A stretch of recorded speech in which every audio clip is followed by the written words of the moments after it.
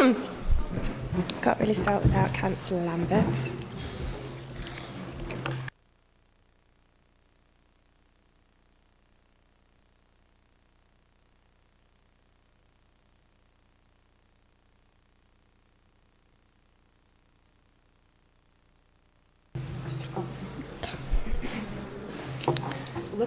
Good evening. It's going to take a long time. Good evening, everybody.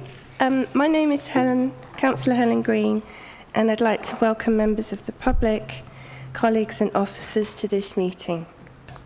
I'm chairing tonight's meeting, and to manage the business as efficiently as possible, I will invite people to speak one at a time to ensure their contributions are properly heard. Therefore, please do not speak unless invited to do so by me. Thank you very much in advance. The fire evacuation procedure. On hearing the fire alarm, please leave the building immediately using the nearest available exit. Do not under any circumstances use the lift. The assembly point is in the area of the Civic car park. Civic office car park next to the roundabout, and you should not attempt to re-enter the building until it's known to be safe to do so. Please also make sure that your mobile phones are switched off or on silent. Members of the committee, visiting members and members of the public, please be aware that our planning committee meetings are always webcast live, and so any contribution you make will be broadcast. Please remember to use your microphone when speaking and to turn it off when you have finished. This is very important for the webcast because the camera moves to the next speaker. You need only press the black button once each time to turn it on and off. Thank you.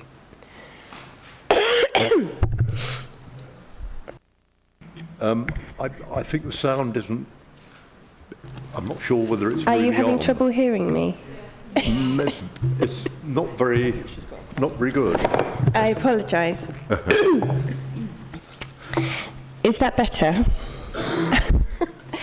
Shall I start again? Okay, if the fire alarm goes off, go out those exits. Thank you very much, ladies and gentlemen. So I have item number 1 is membership. I know that Councillor Prevakar-Kaza is substituting for Councillor Adecha-Kaza tonight, and also Councillor Clapper is substituting for Councillor Rosehill. Thank you very much. Item 2, communication and apologies. Members, when there is a roll call or recorded vote requested, we do this with general members first.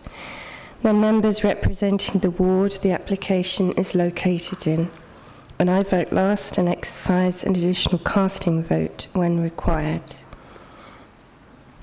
Visiting members and community advocates, I thank you for being here tonight. Please make sure that you alert us when you are leaving and re-entering the meeting so a note can be made. Officers have tabled papers detailing additional information that's been received in relation to the applications to be considered tonight. Copies have been circulated to all members and made available also to members of the public. Do all committee members have a copy? Thank you. And I have received absences from Councillor Morris, Councillor Kaza and Councillor Rosehill. Item 3, a declaration of interest. Do any members have any interest to declare in connection with this evening's agenda? Councillor Richards. Thank you, Chair. Regarding agenda item 5D, 251381 FUL Cranbourne Waste Depot, I just wanted to be, in the interest of completeness and thoroughness, I don't think there's a conflict, but as a portfolio holder, waste and recycling falls within my remit. So I just wanted to double check whether that's an other interest that I need to declare at this point. Thank you very much. Item 4 are the minutes. Can the minutes of the meeting held on the 11th of December 2025 be confirmed as a true record and signed after this meeting? Madam Chair, can I actually raise a query on this? Yes, Councillor Brisky. Because for several months I've noticed that we keep agreeing to minutes but actually can't find them in the agenda pack. Could you point me to where these minutes are?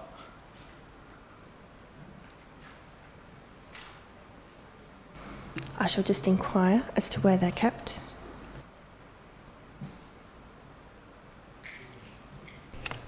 Madam Chair, they are published on the previous agenda items for the month that they actually happened, the meeting happened in. So if you look on Thursday, the 11th of December, you will see that the minutes are listed underneath there on MyGov. Yes, I just clarify as well, they're available on the website, and if you look at the committee for that specific planning committee date, it should be there as well as minutes. Okay, well, in that case, I will abstain from agreeing to the minutes as I have not had a sight of them myself. Okay. So item 5 of the agenda are the planning applications. As the papers for this meeting were published and provided to members of the committee 5 working days in advance, and a meeting to enable members to clarify technical points was held prior to this meeting, I proceed on the basis that members are well informed about the application before us, having received and read the reports. For each application, it's custom and practice at Hertsmere for one member of the public to be permitted to speak against an application and one member of the public to speak in support. And where there are 2 speakers for an application, the person wishing to speak against speaks first. Councillors who are not members of the committee may also speak as their role as a community advocate or on behalf of residents if they've registered to do so. And I have Councillor Selby speaking tonight and also Councillor Cohen. Members, may I remind you that any request to amend, defer or refusal must make it clear for the planning consideration for the minutes. Thank you. So the first application is 5A. That's 25/1070/FUL, the land opposite junction with Butterfly Lane and east of Watling Street. And I invite Lisa. No? Monica. Okay. Okay. Okay. Thank you, Chair. The application was... Hang on, one moment. Oh, sorry. Apologies, we're not doing 5A first. We have changed the order. Apologies, everybody. We're doing 5D first. I did agree to the change, but it is not reflected in my script. We will be getting to everybody else, don't worry. So we will see here, first of all, the 5D, 25/1381/FUL Cranbourne Waste Depot, Cranbourne Road. And I invite Monica to present. Thank you. Thank you, Chair. The application is for the installation of a freestanding canopy structure for food waste truck storage at Cranbourne Waste Depot in Potters Bar. The application was submitted by the Council's asset management team, and therefore it must be decided by the committee. The aerial plan on the left shows the location of the canopy structure circled in red, and on the right the more detailed plan shows the boundary of the site, which comprises an unevenly shaped plot used as a waste recycling depot located within the larger Cranbourne industrial estate, occupied by industrial warehousing and manufacturing units with some ancillary office accommodation.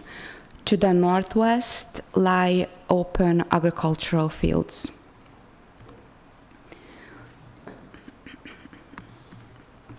Moving on to the site photos, These show the location of the proposed canopy taken from the front and side. It would be located in this existing car parking area. Now turning to the proposal, this slide shows the proposed canopy, which would be 31.2 meters long and cross the northern boundary, 7 meters wide and 3 meters in height. The purpose of the canopy is to provide weather protection, such as preventing rainwater ingress for food waste collection vehicles parked at the depot. The canopy has been designed with an above-ground concrete curb foundation system that avoids any groundworks through the existing concrete heart standing. It comprises steel posts and frame and plastic-coated profile roof sheets. Now moving on to the planning considerations. In terms of character and appearance, the proposed canopy structure is considered acceptable given its functional character, which is appropriate to its industrial setting.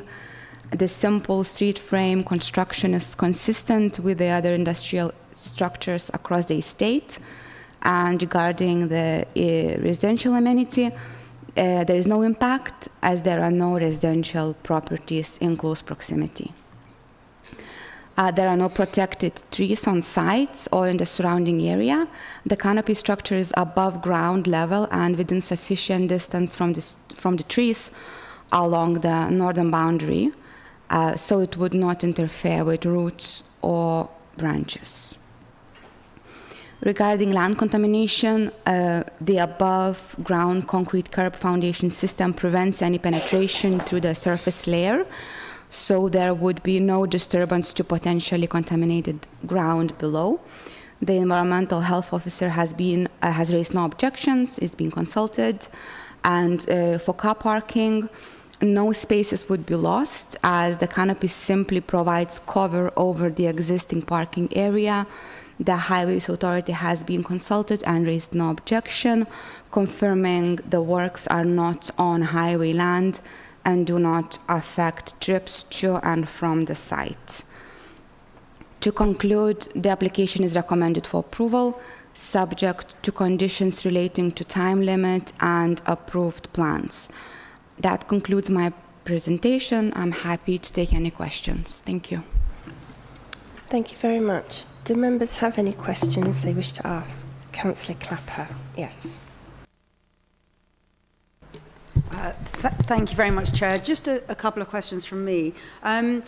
Would you be able to clarify, does the canopy now mean that there will be longer on-site storage or any additional vehicle movements? And if so, has that been assessed for noise, for odour, for operational impacts?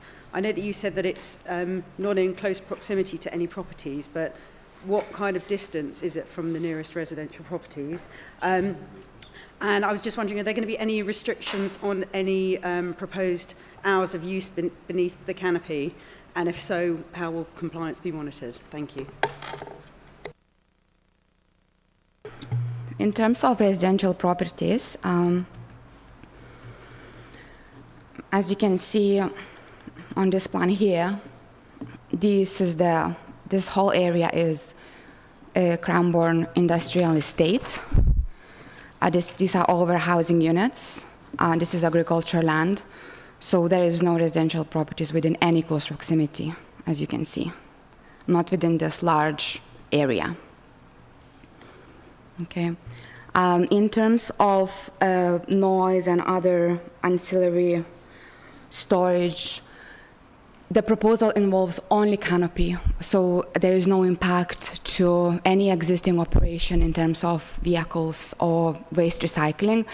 It only provides the coverage for vehicle trucks to provide waste from water ingress. That's all. And I think the same applies with hours of use. It's a permanent structure. It's a freestanding permanent structure that will not affect operation in any way. Thank you. Thank you. Councillor Gray?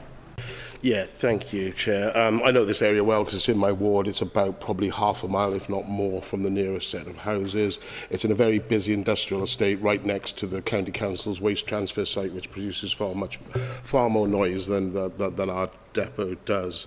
This is a perfect example of putting a canopy there to help keep the water out of the trucks that take the food waste to the digesters, because water can affect the quality of the food waste going into the digesters. If there's no more questions, I'd like to propose that we accept the officer's recommendation and go to the vote. Thank you. Thank you. Do I have someone to second? Thank you, Councillor Amron. So we will go to the vote. Thank you. Thank you. The recommendation is set out in the report. If members can vote for, against or abstain.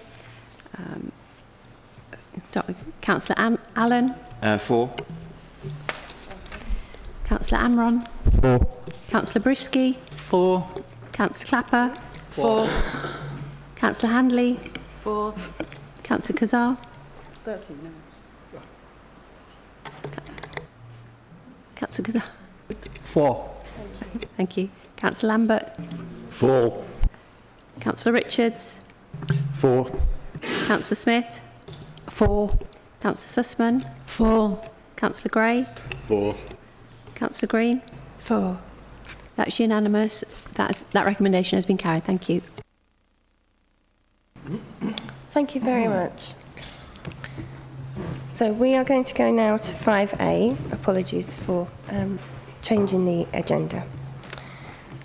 And that's 25/1070/FUL, the land opposite junction with Butterfly Lane and east of Watling Street, Radlett.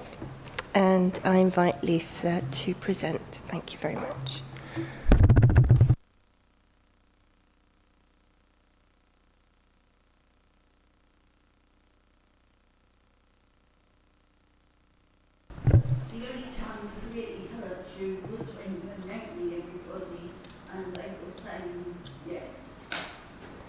I'm sorry, madam. I will try. Is that better if I sit like this? Okay.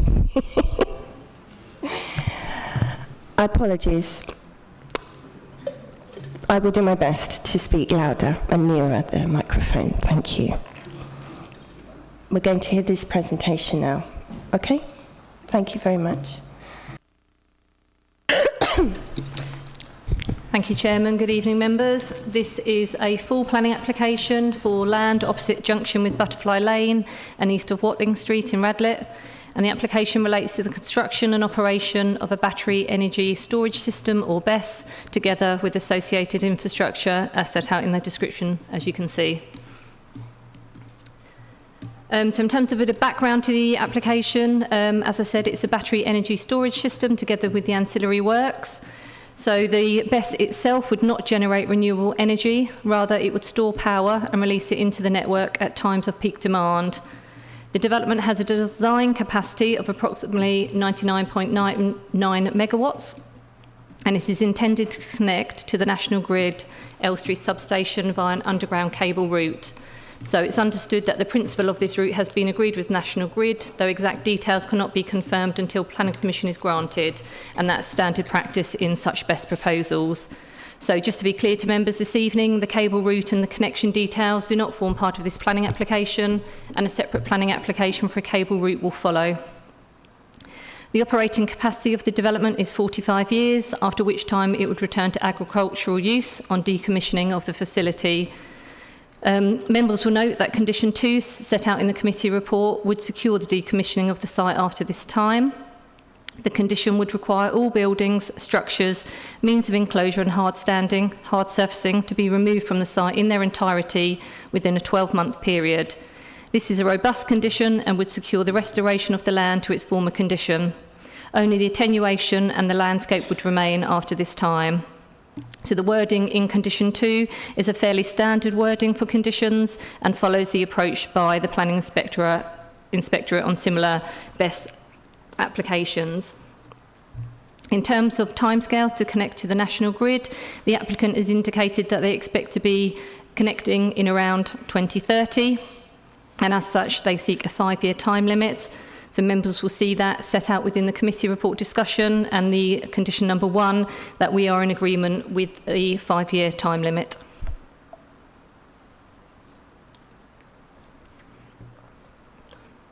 Looking at the location plan here, the location site is located to the south of Radlett, so we can just see Radlett to the north there, and to the west of Boreham Wood. It consists of a rectangular shaped field with an agricultural use. The site is enclosed by hedgerows and trees to the southern boundary, immediately beyond which lies a public right-of-way, and the northern boundary has some sporadic hedge planting. To the east, beyond the land in the blue edge, the site is bound by Tykes Water and agricultural fields, beyond which lies the Thameslink Railway, and beyond that, the settlement edge of Boreham Wood. To the west of the site is the tree and hedge belt adjoining Watling Street, which is classified as a local wildlife site. There's an existing vehicle crossing off Watling Street that provides gated access into the site. A high voltage electricity pylon is located within the site beyond the existing gate. And as you'll see in some photographs shortly, high voltage electricity lines currently pass over the site. So looking at the sort of constraints within the locality, we can see the site with the yellow star here annotated.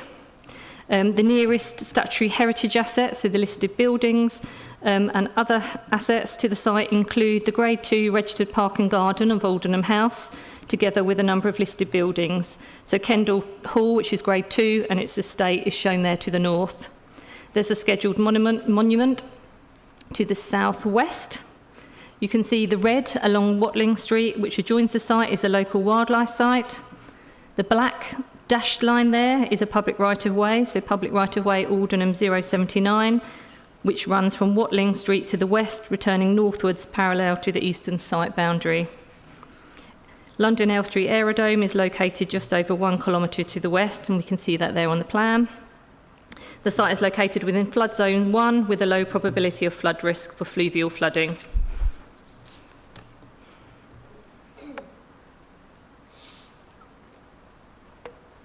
So looking at the site plan here, the site contains 2 site compounds. The main larger compound would measure 90 by 95 metres, and it would contain 44 battery containers and 22 inverter containers, 1 spare part storage container, 1 welfare container, a switchgear unit, a distribution network operator control room, 1 transformer, 1 water tank, pump house, and 4 water hydrants. This large compound would also contain some 4-metre high acoustic fencing, and we'll see that on a later slide, together with 9 CCTV columns, and they'd be at a height of 4 metres. There's a second compound, so that's sort of outlined in the brown there, sort of towards the eastern side, and that would measure 54 metres by 25 metres, and that would contain the 132 kV substation. Both of these compounds would be enclosed by 3-metre high fencing. The proposal also includes an attenuation pond to the east of the site. The site would be served by 1 access, so the existing access from Watling Street, and this would require work to upgrade it. The access then extends into the site, into the main compound, although a secondary access is also provided within the site, and you can see that in the sort of pinky lilac colour there. So just some plans of those associated developments. We've got images here of the battery containers and the inverter containers. So as I've said, 44 battery containers and 22 of the inverter containers. These are arranged in blocks with the maintenance track forming a grid around the batteries. So the height of these containers are 3.9 and 2.9 metre respectively. There's a spare parts and a welfare container, so 1 of each, to a maximum height of 2.75 metres. Another building, customer switchgear, to a height of 3.4 metres within the main compound. A control room building to a maximum height of 3.4 metres. And then within that smaller compound is the main substation, which has infrastructure, as you can see here on the plan, and elevation to a maximum height of 6.8 metres. Just a quick image and location for the water tank. So 1 water tank, 240,000 litre capacity, 1 pump house, and 4 water hydrants across the site. Here's a means of enclosure plan. So as I've already stated, the 2 compounds would be enclosed by 3-metre high fencing, and we can see that, so the yellow arrows there are pointing to the perimeter fencing for the compounds, and within the main compound is some 4-metre high acoustic fencing, and we can see sort of how that is sited in relation to the batteries themselves. So some works are required at the site entrance, and this would involve the removal of 2 tree groups of category B and C quality, together with the removal of shrub and young saplings amounting to a total of 180 metres squared. This is required to allow visibility displays to be achieved. So just to confirm, no trees with a diameter at breast height of 150 mm would be removed. To address the extent of tree loss, a bespoke compensation strategy has been submitted. This sets out a detailed approach to create, establish, manage and monitor 1,500 metres squared of woodland compensation. So we can see there where the blue arrow is pointing to sort of that green area to the northeast of the main site. It's within the blue edge of the application site, and this woodland area would be planted prior to the first commissioning of the development and would be secured for a 30-year period. And this would be secured via a Section 106 legal agreement as set out in the committee report. The application submitted with the landscape strategy, which sets out a proposal to plant native hedgerows, supported with trees to that northern and southern boundary, and a native hedgerow to be planted to that eastern boundary. These landscape enhancements would re-establish the historic hedge line by gap filling and strengthening with new tree planting, and would enhance the long-term landscape framework and improve and restore landscape character.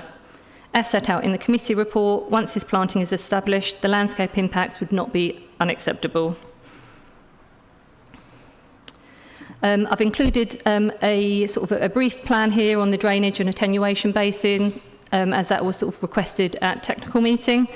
So we can see here where the attenuation is to be sited to the northeast of the site to take into account of natural sort of land levels. So the browny yellowy colour is hard standing, so where the main infrastructure would be located. You can see here sort of how that hard standing relates to the attenuation basin. The basin is sized to accommodate the 1 in 100 year plus 40% climate change rainfall event, and the basin has a depth of 1.3 metres.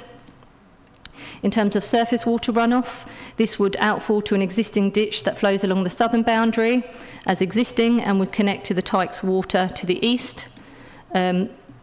This would be discharged at a greenfield rate, and in the event that connection to the ditch is not feasible, which could be, for instance, due to third-party agreements or otherwise, there's a secondary option for discharge direct to Tykes water. So we can see that, which is that black arrow on there, as a secondary option. The Environment Agency and the lead local flood authority have reviewed the application, and no objections have been raised. Here is an image of the proposed BESS proposal. So you can see the bottom left-hand side is where the main access is. You can see the depth of that existing tree belt. You can see the existing pylons that run across the site, where the main compounds would be sited in relation to those site boundaries, and this image here incorporates that additional strengthening of landscaping across the site boundaries.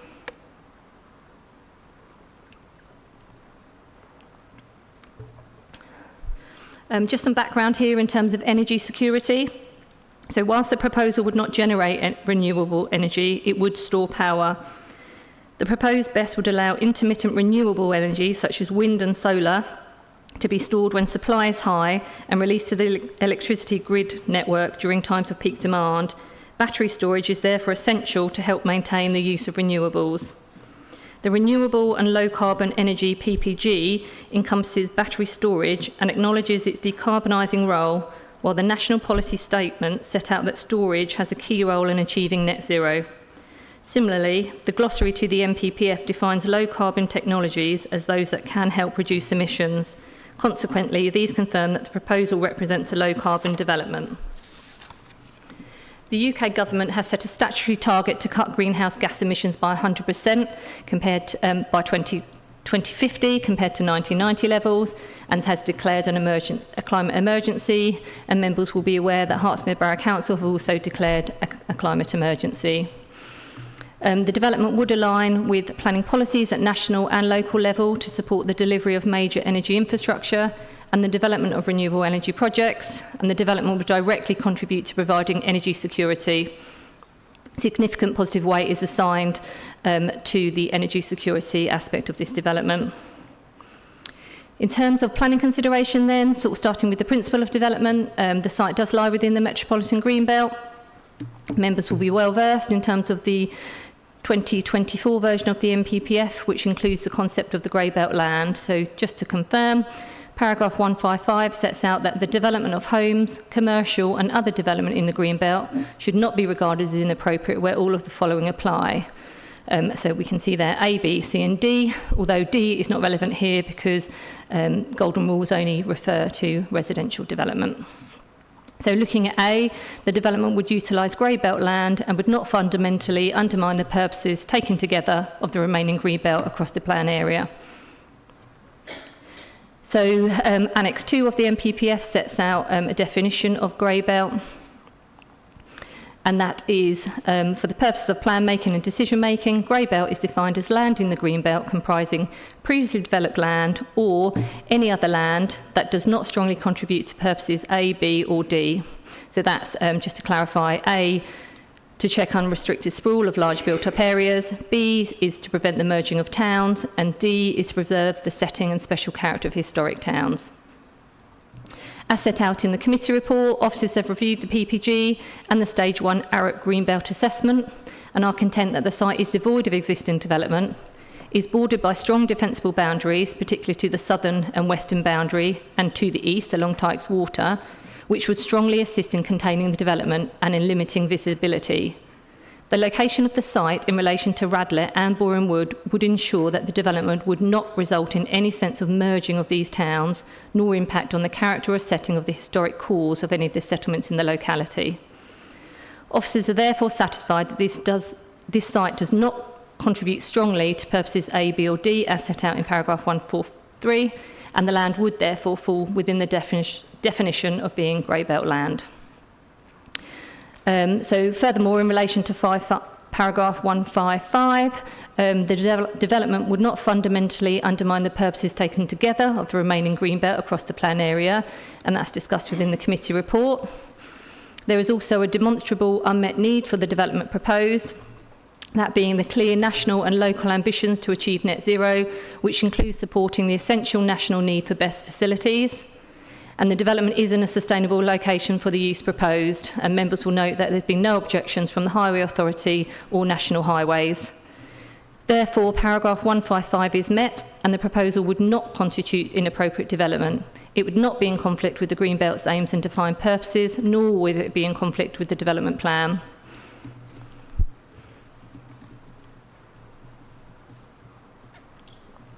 I've added this slide here, just because again it was mentioned at technical meeting, it's relating to the loss of agricultural land.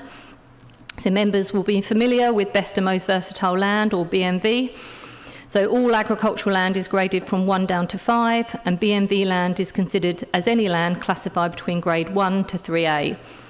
The application has been accompanied by an agricultural land classification document, and that outlines that the land classification within the application site, including the red and the blue land, falls mainly within grade 3B, so not your best and most versatile land, with only 0.5 hectares or around 3% laying within 3A BMV land. Officers therefore consider that this would not result in a significant loss of such land, and it is further acknowledged that the land would convert back into agricultural use at the end of the operation life of the BESS. So whilst there is some temporary loss of BMV land, it's a small area and is a matter which only weighs against the proposal to a very limited extent. I've added a slide here just to address some heritage. So again, you can see the site's clearly starred in yellow. You've got to the north Kendall Hall and the estate of Kendall Hall, and to the southwest the registered park and garden of Aldenham House. So the committee the committee report does sort of consider this point in some detail, and concludes that prior to the establishment of the landscaping mitigation proposed, there would be some harm to the significance of the registered park and garden of Aldenham House, and to Kendall Hall, and officers consider this would be at the lower end of less than substantial harm. Officers are content that the landscaping, once established, would mitigate the harm, but the initial impacts of the development must be given appropriate consideration. So in terms of the heritage balance required by the NPPF, the initial harm caused to the setting of the heritage asset would be outweighed by the public benefits of the proposal, and that's relating primarily to the sort of energy security it would provide. And therefore, the heritage balance as required in the NPPF has been satisfied. So whilst the harm identified would still fall to weigh against the development in the overall planning balance, as the impacts would be removed once the landscaping establishes, only very limited weight is assigned to this harm. And members will note that actually Historic England and the Gardens Trust did not object to the application. An additional slide here, again, to pick up some points from technical briefing. So looking at sort of neighbouring impacts, so you can see that there are 3 schools within proximity, so 2 to the north and 1 to that southwest, and some residential. So 500 metres is the distance to the school to the north, and 850 metres to the Haberdashers Girls' School, and then proximity to residential. So the edge of Boreham Wood is around 560 metres distance, and residential development to the west is around 130 to 160 metres. Landscape impacts, I think members had requested some images or views from Watling Street. I had a look through the landscape visual impact assessment and they're not included. It was a conversation I have had with the agents, but given that the views from Watling Street would very much be limited just to the site, the narrow site access, these weren't considered necessary. But I have included this one here, which you can see is number 2. So it's a viewpoint looking northeast along that public right-of-way. So you can see the development is shown at proposed year 1. So in glimpse views through gaps in the hedgerow, you can see the acoustic fencing is what you can see within that first image. And the second image is the public right-of-way at year 15. So we can see that the landscaping is fully established and there'll be absolutely no views. Fire risk and safety, appreciate is a big issue in terms of consultation responses. So the application, as all BESS applications are, is submitted with an outline battery safety management plan. So this document serves as an outline strategy for dealing with the very unlikely event of a fire. It's not a definitive document to serve the development once operational, as the specific BESS technology to be utilised has not yet been decided. Rather, a planning condition is to be imposed to require a detailed strategy for managing the risk. The plan does set out that each unit would be equipped with an automatic fire detection and suppression system, supported by 24/7 remote monitoring and the ability to isolate individual batteries if required. Other safety features incorporated into the design to reduce fire risk include 2 access points into the BESS site compound, incorporating a metalled access surface, the BESS units being separated from combustible vegetation by at least 10 metres, and that the BESS units would sit on concrete slabs or supporting feet. As I've already outlined, the application also includes water tank and fire hydrants. So members will note that, that Herts Fire and Rescue Services have not objected to the application. They note that in response to the National Fire Chiefs Council, so the NFCC guidance, that there are 2 access points into the compound and that the access is proposed with consideration for UK prevailing wind. Herts Fire and Rescue Service note that a secondary opposing site access should be considered, but there is no requirement for it, and Herts Fire and Rescue Service do not recommend refusal on this ground. Members will be aware of the application for a much larger BESS proposal of 170 megawatts, which was reported to committee in August last year. Noting that this one again is a much smaller application. So the one that was presented in August last year, which also proposed only 1 access from the highway, and members in that application resolved that they would have granted planning permission for that proposal, which is currently at appeal. Just to clarify here, in terms of fire water, should a fire occur at the site and the fire suppression systems would be activated, a penstock valve downstream of the basin would be automatically triggered to isolate any potential contaminated runoff. In addition, there's permeable surface subbase and filter drains within the attenuation basin, have an impermeable lining, to ensure no risk of contamination would occur. and to know that there's been no objection from the Environment Agency or the lead local flood authority in this regard. So turning to the planning balance, the proposed development is considered to not be inappropriate development in the Greenbelt, and the principle of development is accepted. There are a number of public benefits that would arise from the development. So primarily this would relate to renewable energy. So as I've already set out, the site would directly contribute to the government's aim to achieve the UK's carbon net zero targets to limit the impact of global warming.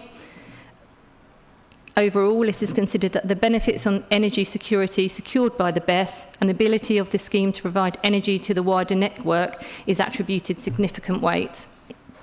There would be economic sustainability benefits, so there would be some employment opportunities, although these would be temporary and short-lived and are given limited weight. The development would also result in biodiversity net gain, so the proposal would indicate that an increase of 75% or 7.69 habitat units would be delivered, with further ecological connectivity across the landscape via the proposed hedgerow, tree and shrub planting, and this is given moderate weight.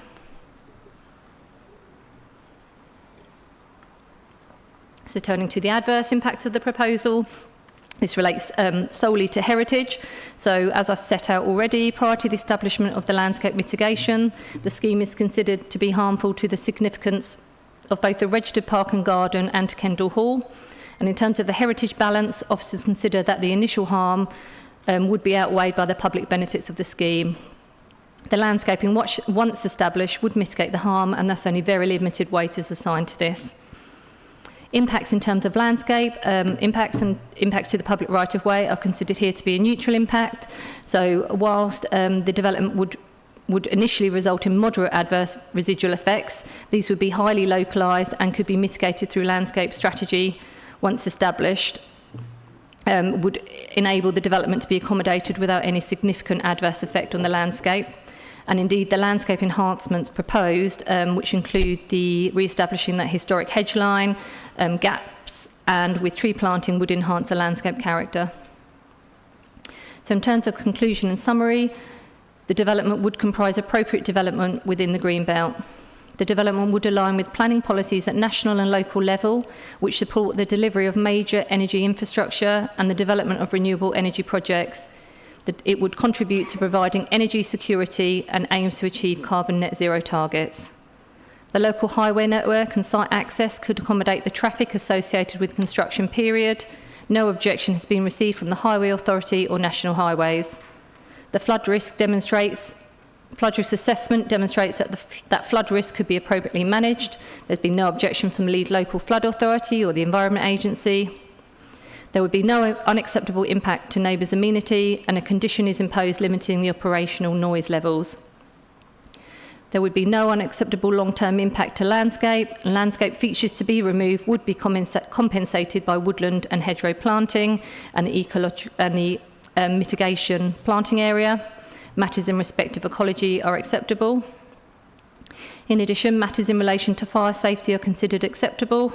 So again, as I set out, the specific best technology to be utilised has not yet been decided, and there's a condition officers seek to impose relating to the outline battery safety management plan and the need for the submission of a fire mitigation, verification and compliance report. There would be a low level of less than substantial harm to the setting of designated heritage assets until that landscape establishes. And our recommendation this evening is that the proposal complies with the development plan when taken as a whole.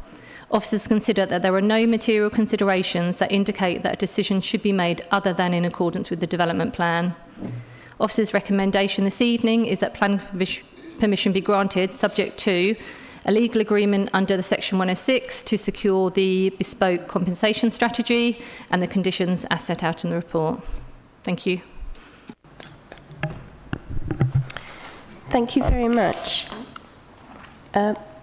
So we have some speakers on this application. If you will listen for your name and come forward. Can I please call Mrs. Janet Engels to speak against the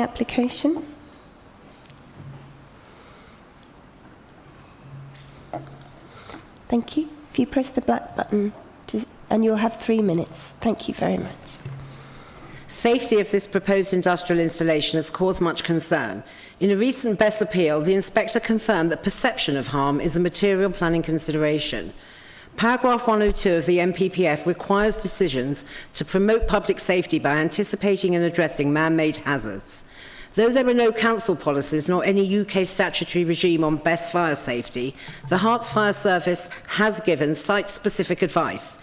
They aren't statutory consultees for BESS, so they can't object as such. But why has their advice been ignored? Fire Service advice is based on National Fire Chief Council guidance, which states the need for a second opposing access to account for wind direction. The applicant claims an internal loop road resolves this. It does not. A second access is also crucial, as the one access proposed is only 6 metres wide. Fire rescue vehicles would be unable to pass each other, slowing response. 7.3 metres is the width used in UK fire access guidance for safe two-way movement. The applicant hasn't provided the Fire Service requested plan showing sensitive receptors within a kilometre radius, but that analysis is necessary for public safety. Within that radius, there are 3,600 pupils at Habs, Radlett Prep and HJP. Belstone Football Club is 20 metres away. Homes on Watling Street are 120 metres away. And 17 homes, businesses in the dairy at North Medburn Farm are 250 metres away. On spacing, NFCC guidance requires 6 metres between units unless an evidence-based case is made. The applicant proposes less, relying on FM Global Insurance guidance, but that's not recognised UK planning or fire safety guidance. Unusually, in a best case last year, the UK Health Security Agency intervened to warn that non-compliant spacing significantly increases the risk of a domino effect in best fires and that design failures jeopardise community safety. Noise has not been robustly addressed. The noise report shows baseline levels were reduced, measurements taken with trees in leaf, nearby sensitive sites and impacts on elevated receptors were omitted, and tonal noise discounted. Even then, environmental health found noise would be 5 decibels above background, contrary to SADAM policy requiring development to be 10 decibels below. The proposed condition for a clearly unachievable 10 decibels below, with enforcement only after public complaints substantiated by officers, is not acceptable. Finally, fire runoff water and contaminated wind-blown vapour clouds can't realistically be fully contained by the proposals, and groundwater contamination risk remains. This site and design is entirely unsuitable. Unlike the Hillfield Lane BESS near the M1, this is in agricultural use, close to schools and homes, and would operate for 55% longer. Please refuse this application, which raises serious public safety issues. Thank you. Thank you very much, Madam. Can I please call Mr. Hayden Kretzer to speak for the application? Thank you. You will have 3 minutes. Thank you. Thank you, Chair, and good afternoon, members. My name is Hayden Kretzer, and I'm representing Greenfield Energy Developments, the applicant for this application. At Greenfield, we specialise in the design and the construction of key renewable energy developments. We partner with landowners, communities and investors to deliver battery storage and solar solutions. We currently have 5 gigawatts of BESS and solar across the UK and Europe. We've worked closely and positively with your officers and are grateful to have received a recommendation for approval on this application. There is clear and urgent national and local need for new battery energy storage in the UK. UK government policy seeks to significantly increase all forms of renewable and low-carbon energy to achieve decarbonisation of the energy grid by 2035. This cannot be achieved without battery storage as a critical enabling and supporting technology for renewable energy. Securing a timely grid connection is a critical enabler for renewable energy infrastructure to contribute towards a net zero carbon electricity system by 2035. However, the grid connection availability is currently constrained. If this project is approved tonight, the proposed development could be brought forward and connect to the new Elstree B substation, which is due to be completed by the National Grid in 2029. Any new connections that are yet to go through the grid connection process are unlikely to be possible before 2035. This development presents an opportunity for a significant capacity of electricity storage to a well-connected part of the existing local electricity system through one single scheme. We have undertaken a robust alternative sites assessment that sets out why the site was selected and why it's the best and only available suitable site for the development, either on lower grade agricultural land or previously developed land, within 3 kilometres of the Elstree substation, which this project will connect into. The application concludes that the proposed development is situated on grey belt land and should not be regarded as inappropriate development within the green belt, which the case officer's recommendation and report concurs with. The delivery of this development provides direct local benefits, enabling power to be stored and distributed to the equivalent of 160,000 homes for a 2-hour period when required, as well as achieve estimated minimum carbon savings annually of 53,000 tonnes of CO2. Additional benefits of this proposal are that we provide biodiversity enhancements to the existing green infrastructure on site and through a carefully considered extensive landscaping strategy. And as mentioned, the temporary change of use from agriculture to battery storage will improve the soil quality on the land by resting soils and not using fertilisers. Councillors, you have before you today an essential renewable energy project with officer, statutory and technical consultee support that can make a substantial difference to the climate and energy security crisis, both locally and nationally. We therefore encourage you to support your officer's recommendation and approve the application. Thank you. Thank you very much. Can I please now call Councillor Selby as the community advocate against the application? And you'll have 5 minutes. Thank you. Thank you. I am the community advocate for the 924 residents who objected to this application. I'm surprised this application has come forward to committee now, when there appears to be issues that should be further explored. I question why the rush to get it through committee. Is it because the Shenley Hill appeal hearing next month will determine whether the land around Radlett is greenbelt and not greybelt? Or is it because the Hillfield land BESS is being appealed and this developer sees an advantage in having its application decided before that's concluded? In any event, we believe this land is greenbelt, not greybelt, and that is how you should decide the application. To be greybelt land, it needs to be previously developed, which this is not, or it needs to be land that does not strongly contribute to purposes A, B or D in paragraph 143 of the MPPF. By using the ARUP assessment of parcel 13, which includes this site, we can see that purposes A and B are met. These are A, to check the unrestricted sprawl of large built-up areas, and B, to prevent neighbouring towns merging into one another, and in addition C, to assist in the safeguarding of the countryside from encroachment. Whilst the officer says the site is only part of parcel 13, this does not lessen its significance. Greenbelt doesn't become greybelt because only a portion is involved. Taking these purposes, firstly, the site has never previously been developed, and development here would start to contribute to the urban sprawl of Radlett towards Boreham Wood, with the edge of the site being just 500 metres from Boreham Wood.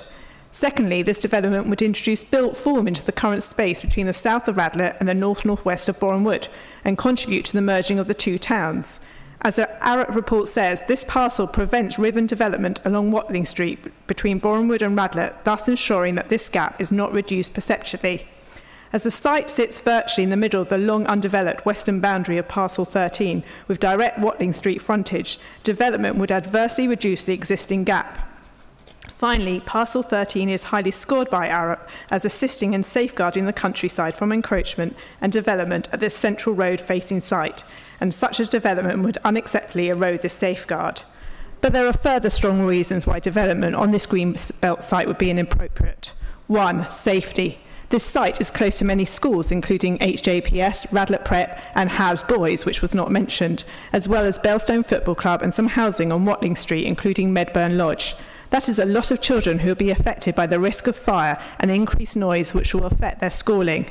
In terms of noise, Environmental Health advised that the noise levels of the nearest sensitive receptors will be 5 decibels above the background noise, while its normal requirement is 10 decibels below. Why has this not been investigated further?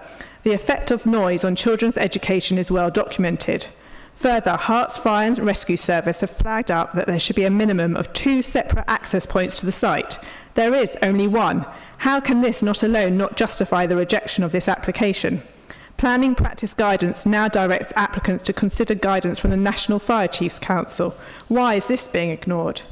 2. Heritage site. The Council's built heritage consultant concludes the scheme is considered to be harmful to the significance of the registered park and gardens of Aldenham House and Kendall Hall. The change of use would remove the positive contribution the site makes to their setting and significance.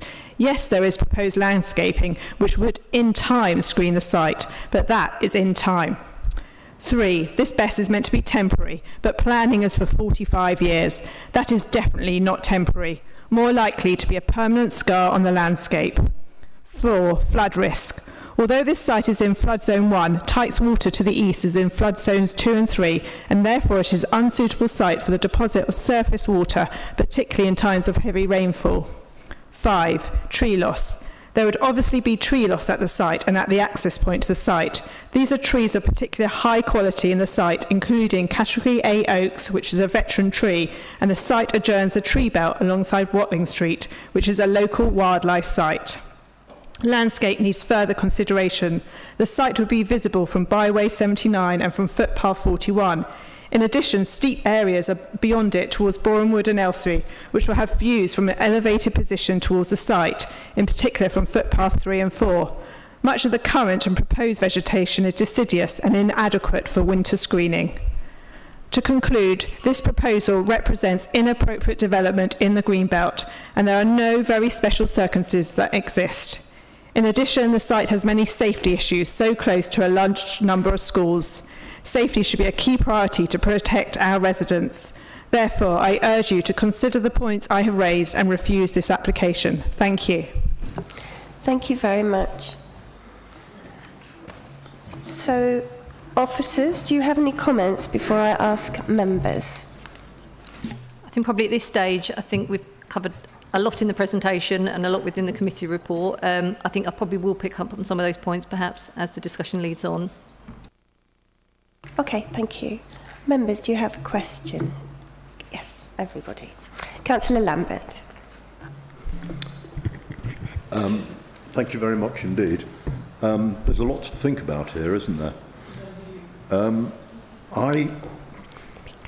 I've had my doubts about this application all the way through, and I'm just worried that the planners seem to be viewing it through rose-tinted glasses, and I'm really concerned about the distances to schools, to residential housing in Boreham Wood, Brook Meadow Ward, and also underplaying the risks that would happen if there is a fire. It seems to me that there isn't really a plan of where the water goes to in the event of a fire. I assumed it would be that pond at the end, but that's for local floods. And if the fire broke out when it was already flooded, then that would be a really big problem. And runoff really mustn't go to Tykes Water, because that then goes through the centre of Radlett. And I just worry about the interpretation of the planners saying, well, there's two routes of access once you're in the site. But I think the guidance for fire and rescue is that there should be two distinctly separate accesses in order to cope for any difference in the prevailing wind on the day that a fire breaks out. I take that to mean you've got an access, say, to the west and an access to the east. Not you've got a single access from the west, but it divides up when it's within a few yards of the battery. So that really worries me. And I think really what worries me is the assumption that this is grey belt. There are two major factors here. One is that the appeal for the housing application that we turned down of 195 houses in Shenley Road was because it was a development between Radlett and Boreham Wood. And this certainly would be a development that would reduce the distance between Radlett and Boreham Wood, and yet you are discounting this as being, it's reason A, isn't it? Is it reason A? Reason A is sprawl. Reason B is merging of towns. Okay. Reason B, well, whether it's sprawl or merging, I'm not being convinced about that, and so I will listen to what other people say, but it's going to take an awful lot to persuade me that this is an acceptable development. Thank you. Thank you. Councillor Brisky. Thank you, Madam Chair, and I'm grateful to Councillor Lambert for raising a point that did concern me as well about the risk that any conflagration would potentially pose to the residents of my ward, given that the location plan earlier showed that this site will be situated just half a kilometre from the closest residents in my ward. But I'll put that to one side for the time being. It will probably come into the planning balance for me, but I will put that to one side. I have a question for the case officer. She referred to the to local policy several times in her presentation, and also the development plan. I'd be grateful if she could elaborate on that in terms of what particular policies support this development. And then I'd like to come back if that's okay. That's fine. So the committee report lists all the relevant development plan policies, so those within the core strategy, those within the SADM policies. Some of them have more relevance, so obviously a lot of them are relevant still, so your flood risk, water environment, heritage assets, there's those specific policies that we talk about within the committee report. I think possibly the point you're sort of making is more to do with the principle of development, and that's policy SP1, which talks about new developments being constructed and operating using minimal amounts of non-renewable sources. Obviously, there's greenbelt policies and other bits and pieces, so they're all relevant, listed and set out within the committee report. But the principle of the development is more SP1 of the core strategy. Obviously, we're looking at the principle of the development in the greenbelt. That sort of is relating more to the MPPF, given that that's a more recent proposal, and then some of the more specific heritage policies are set out. Was there a particular one was it more the... No, you've highlighted the main one, with the principle of development being SP1, which refers to the, as you said, that new developments should be constructed using a minimal amount of non-renewable resources. I do not recognise lithium as a renewable resource, and I don't think anyone else does. In fact, I think the production or manufacture of these batteries is very carbon intensive, from my understanding. And this is an important point because we've also referred to the climate emergency. And I will remind those who are not aware that it was me who proposed this council's motion to declare a climate emergency. But when I did so, and when the council agreed to it, I don't think anyone envisaged that it would result in our countryside being covered in Chinese-manufactured solar panels and batteries. And this is an important point because when we're talking about net zero, you have to take into account the embodied carbon of any development. And I don't think that's been assessed here. I'd be keen to hear if the officer has been made aware of any cradle-to-grave life cycle assessment demonstrating the amount of carbon dioxide that this is expected to save over the 45-year lifespan of the development. My understanding is that actually this will not just be for renewable energy, this will be for all electricity and will be used primarily for smoothing out peaks and troughs in demand. So if there has been any assessment as to how much carbon this is expected to save from the point of extraction of raw minerals to the point of having to dispose of these batteries, which as we know is very environmentally destructive, I'd be very curious to hear. Thank you for the question. Just come back on policy SP1. So as I sort of set out, it's requiring new developments to be constructed and operated using minimum amount of non-renewables. But really the basis of that policy is about facing up to climate change and promoting sustainable development, the use of renewable and low carbon energy technologies. So we feel the development proposal in terms of the principle does align with the intentions and the thrust of that policy. In terms of the amount of carbon savings or it would generate. I haven't got that figure. What the application does set out, the appellant explains that the proposal would store sufficient energy to serve around 540,000 households per year. So that's the only sort of figure I've got in terms of that. I think what your other point was. It will come to me. No, that was the main thing, actually, in terms of how much carbon this is expected to save. Because we have a strong focus, it seems, on operational carbon, but we are much less focused than we should be on embodied carbon. And we know that these batteries come with a huge amount of embodied carbon from China. And then at the point of, at the end of their life, we will talk about cradle to grave, it's called. Actually, sometimes the amount of carbon that are attached to such projects can outweigh the alternatives.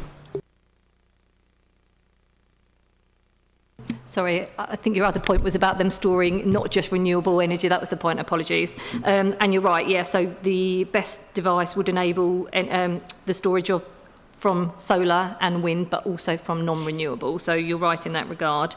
I think in terms of your point about sort of the sustainability of it and the sort of environmental side, I think when you look at the national policy context in terms of the national policy statements and what they're saying in terms of weight to be given to best proposals and the government's sort of targets to cut greenhouse gases, it's quite clear that the government's position is that these best proposals do fit within that sustainability agenda.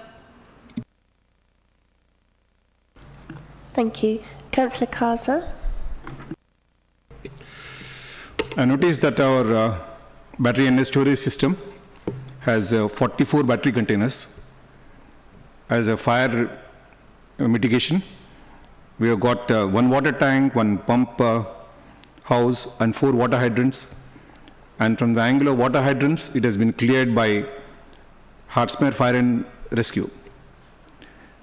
There is no word about foam and inert gases, which normally put off these battery fires.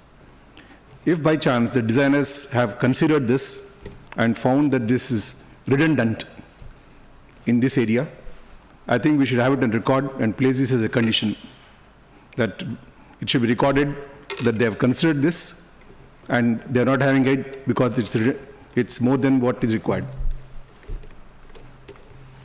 Thank you for the question. Thank you.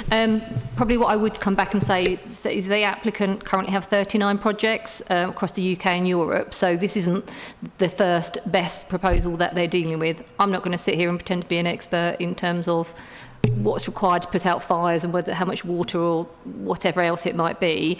There is a condition that seeks to do with the let me see what condition it is. The one that talks about the fire mitigation, verification and compliance report. So within that,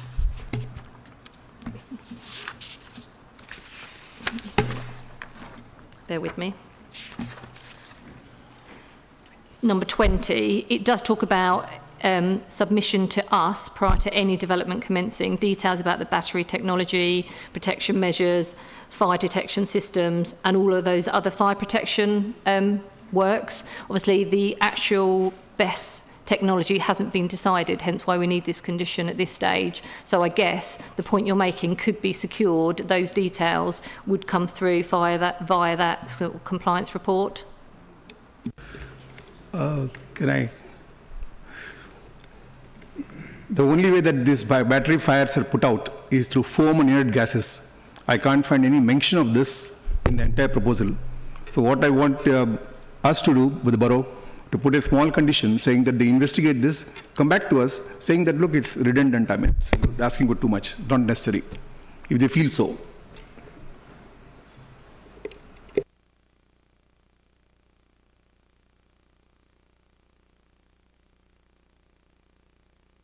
Yeah, the issue of putting the fire out would be down to the fire brigade. We're content. This is a fairly standard condition that's put on the best proposals. Is there something more detailed you think you would want to be included within condition 20, or an informative to say? The fire and rescue department has said only water hydrants. They are not talked about foam and inert gases. And if they're on site and if there's a qualified person, he can put it off straight. it'll take about 20 minutes for our people to go from here to that site if there is fire. That's fine. I think as officers we contend that condition 20 would probably cover that off. One of the points says details of the intended fire suppression system specification and its operation, including detail of the suppression technology intended and product to be utilised for the purpose of suppression. Thank you. Councillor Amron? Yes. Thank you, Chair. I mean, broadly, I'm not against best sites at all. I think they're generally quite a good thing. I am a little concerned on a couple of things here, so maybe Lisa may be able to answer. In hindsight, I possibly should have asked a couple of these points at the technical, but here we go. You mentioned, obviously, there's high voltage pylons above the site. Do you know, first of all, what's the output of those, and then how high above the containers they are? That's a very good technical question, and no, I don't have the answer to that, sorry. Okay, so I should have probably asked that one technical. This one you may know. Do you know what the spacing is between each container? That might be a bit easier to answer. Yeah, what I should say, sorry, going back to that, so yes, I don't know the answer to your first question about the voltage, but again, the applicant is well versed in these applications. They wouldn't have obviously chosen the site if they felt there was conflict with the overhead pylons. Yeah, one would hope. One would hope. In terms of the spacing between the battery units, it's 4 metres as shown on this plan. Okay, which is good.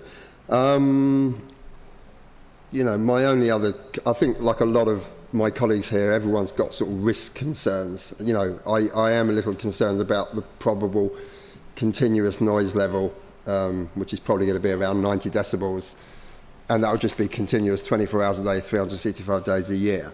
And again, like a few of my colleagues, there is a concern, and maybe you can answer this. Are Herts Fire and Rescue and Health and Safety Executive genuinely satisfied with the site's access security, fire suppression systems, risk management and emergency response plans? Because God forbid there was a fire, and yeah, they don't happen often, but if there was one, the release of hydrogen fluoride, carbon monoxide is devastating. I mean, the life-threatening potentially, and over the first kilometre may exceed emergency exposure guidelines. Most best fires do fall within this range during a fire, and the smoke and fumes will spread over several kilometres. So, our Herts, I know they express some concerns, but are they genuinely satisfied with what's been put in front of them? Thanks. Thank you. So firstly, Health and Safety Executive were consulted on the application.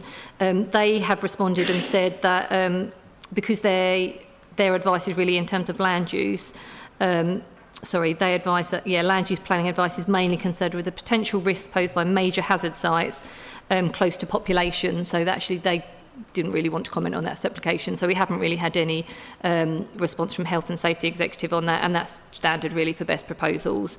In terms of the comments back from Herts Fire and Rescue,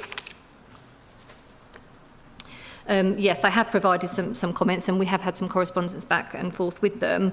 So I think what they have done is they have acknowledged that the development, in terms of that National Fire Chief Council, the NFCC guidance, they sort of do note that there are 2 access points into those different compounds, and that the applicant has taken into account sort of prevailing wind direction. What they are saying, and I think I said in my presentation, is that they're saying a secondary access should be considered. So they're not saying it is required. They're not suggesting the development would be unsafe or that it should be refused on that ground. But I think it's fair to say that I think the preference would be to have 2 separate access points. There's obviously 2 separate access points into the compound, but not 2 access points from the highway. But no, their recommendation is not for refusal. Okay, thanks, Lisa. Thank you. Councillor Sussman and then Councillor Clapper. Thank you very much, Chair. Okay, I'm mortified that this will result in the loss of some agricultural land. That's land that feeds us. There's farmers that farm it. There is negligible, if any, employment benefit with this. I'm mortified that the ecology report was just acceptable. That just isn't good enough. I'm concerned that there is uncertainty as to how this will connect, and that can't be sorted till after we've granted permission. I'm concerned that there was 924% more letters of objection than in support. I'm concerned about the grey/green belt. This is green belt, and without any fundamental changes, I can't see how it is grey belt. I'm a woman, and without any fundamental changes, I will always be a woman. Sorry?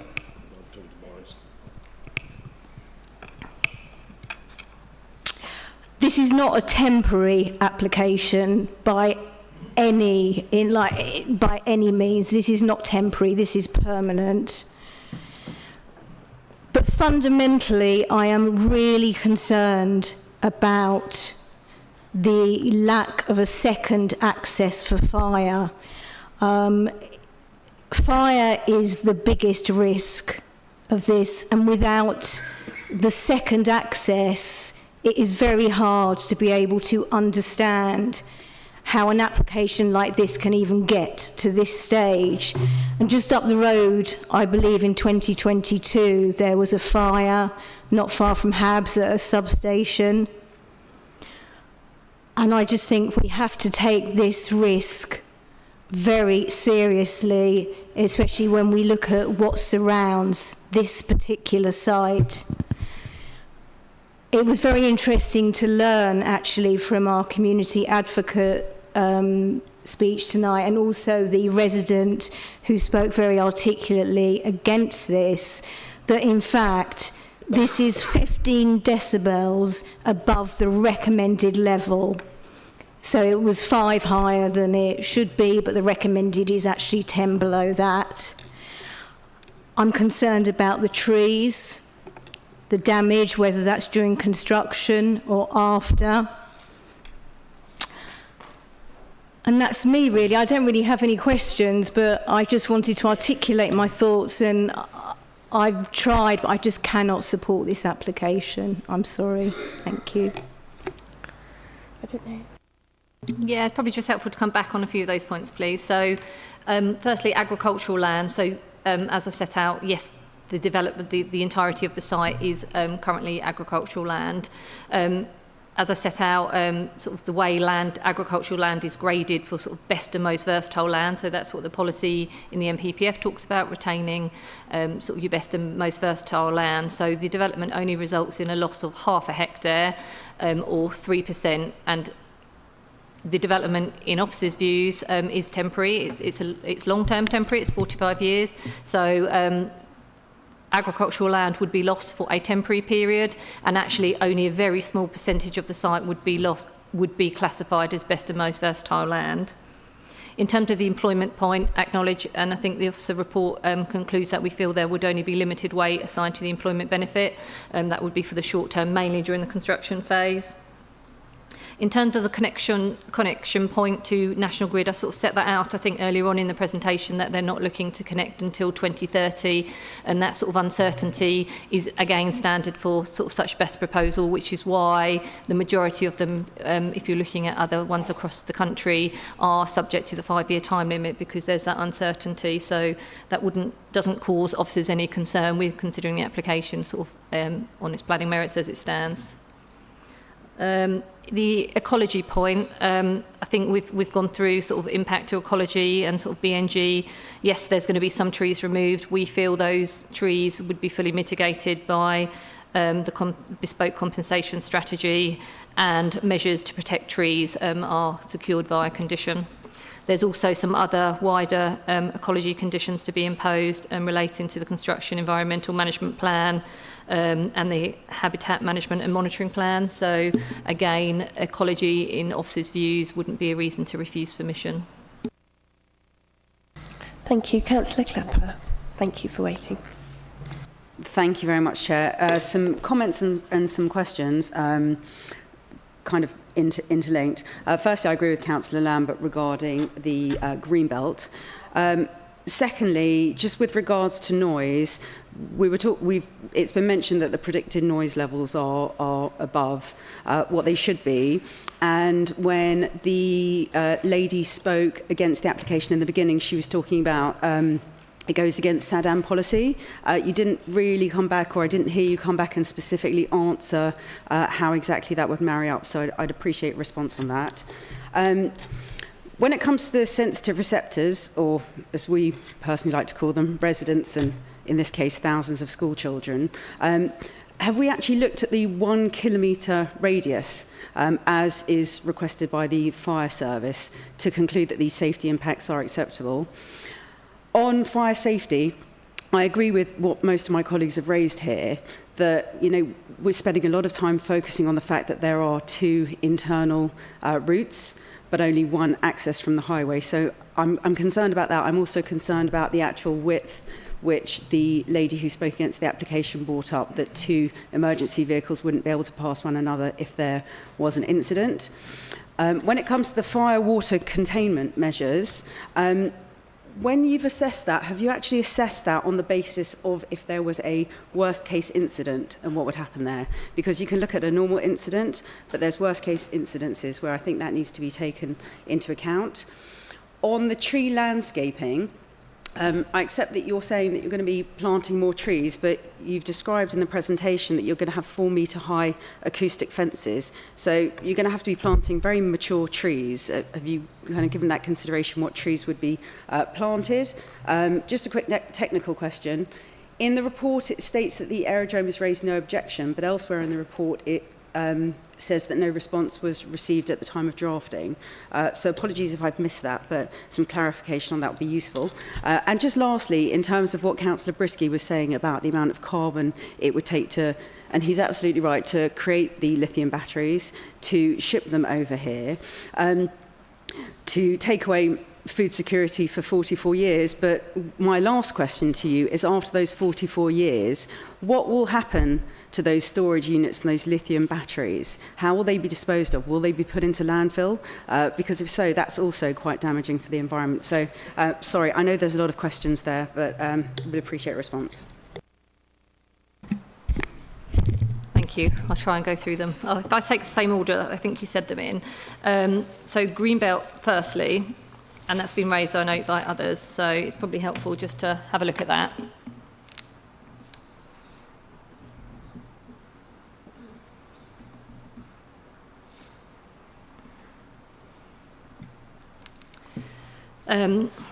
Just grab that in the committee reports. Apologies. You'll see within the committee report we've gone through a very detailed assessment of the green belt.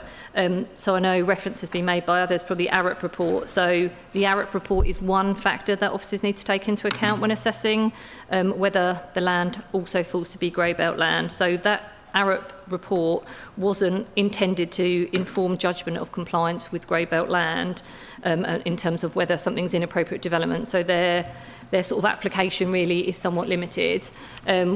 Obviously, it is a material consideration. We've also looked at sort of what the PPG says on that. So in terms of A,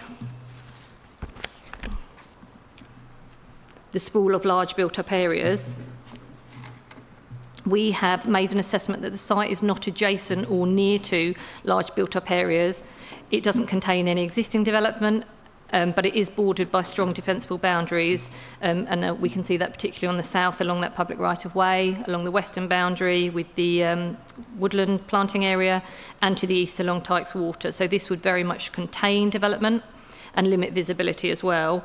So we do not feel that that would conflict with purposes A about relating to unrestricted sprawl. We don't feel that the development would appear as sprawl within the green belt. B, in terms of merging of towns, when you look at the development at 8.4.12 within the committee report, you can see the star there within the application site, parcel 13. You can see the relationship between the settlement of Radlett and Boreham Wood. I think officers are quite clear in terms of that the development would quite clearly not merge these two towns. There remains ample distance between Radlett and with Boreham Wood, and the nature of the development wouldn't result in any sense of merging. And then D, I think officers are quite clear that the development would preserve the setting and special character of any nearby historic towns. Picking up on the noise point, you'll note that the Council's environmental health team did not object to the application. The noise...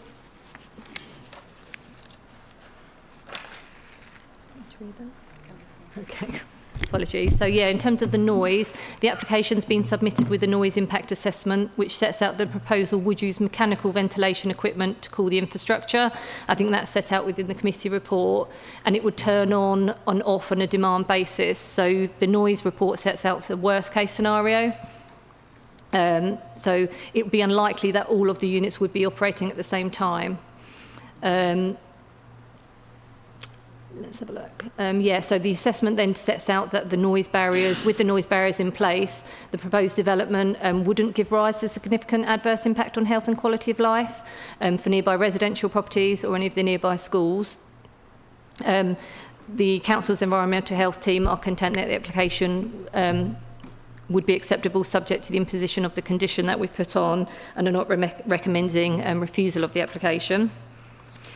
Turning to then the point about the width of the access points within the site, the application has been submitted with the travel assessment and the construction traffic management plan, and county highways and national highways have reviewed the application.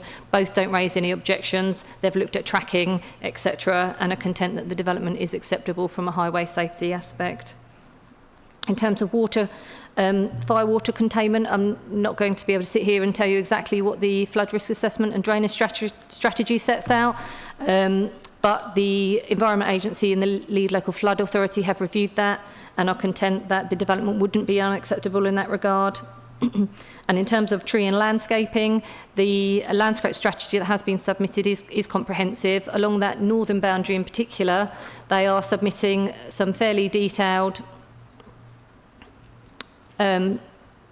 heavy set trees. So you can see there that along the northern boundary, that is a new hedge and tree belt, whereas to the east, the other side of the attenuation pond, that would be a new native hedgerow, and then just strengthening to the existing woodland along the west and the southern boundary. But the landscape strategy just set out heavy set trees, so they wouldn't go in as sort of very small trees. They would have sort of fairly instant impact in terms of helping to screen and mitigate the application. The landscape visual impact assessment that's submitted does include some longer views from the north across the site and showing what the development would look like currently, year 1 and year 15. And as the committee report sets out, in terms of the landscape consultant, we do not consider that the development would be unacceptable, and that wouldn't be a reason to refuse permission. I think that's picked up the majority of your points. No? Just the last one was, how are you going to dispose of the units after the end of their life? Yeah, I'm not in a position to be able to answer that, to be honest. There's a condition on, obviously, for the decommissioning of the site, which requires all the equipment and the hard standing to be removed, but I couldn't advise you in terms of how that would be recycled or otherwise. Thank you. Councillor Gray?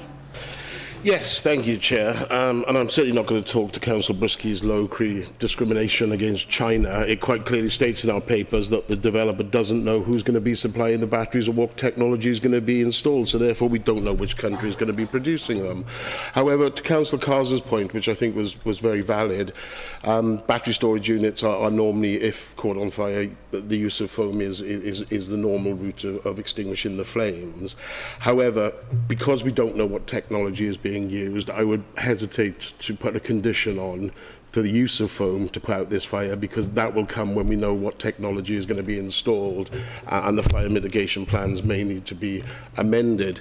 But it is noted that there is a 240,000 litre capacity water storage tank on site, which, according to our own fire and rescue teams here in Hertfordshire, has the ability to produce about 2.4 million litres of foam. So there is certainly capacity on there to fight any fire that needs to be. I'm trying to get this site access issue sorted in my own head, because when the fire service is talking about site access, are they talking about site access into the overall space, or are they talking actually into the compound where the units are stored? Because obviously there is two entrances straight into the compound. That's easy to see on the CGI image that's been produced. So that's what I want to try and clarify a little bit around that.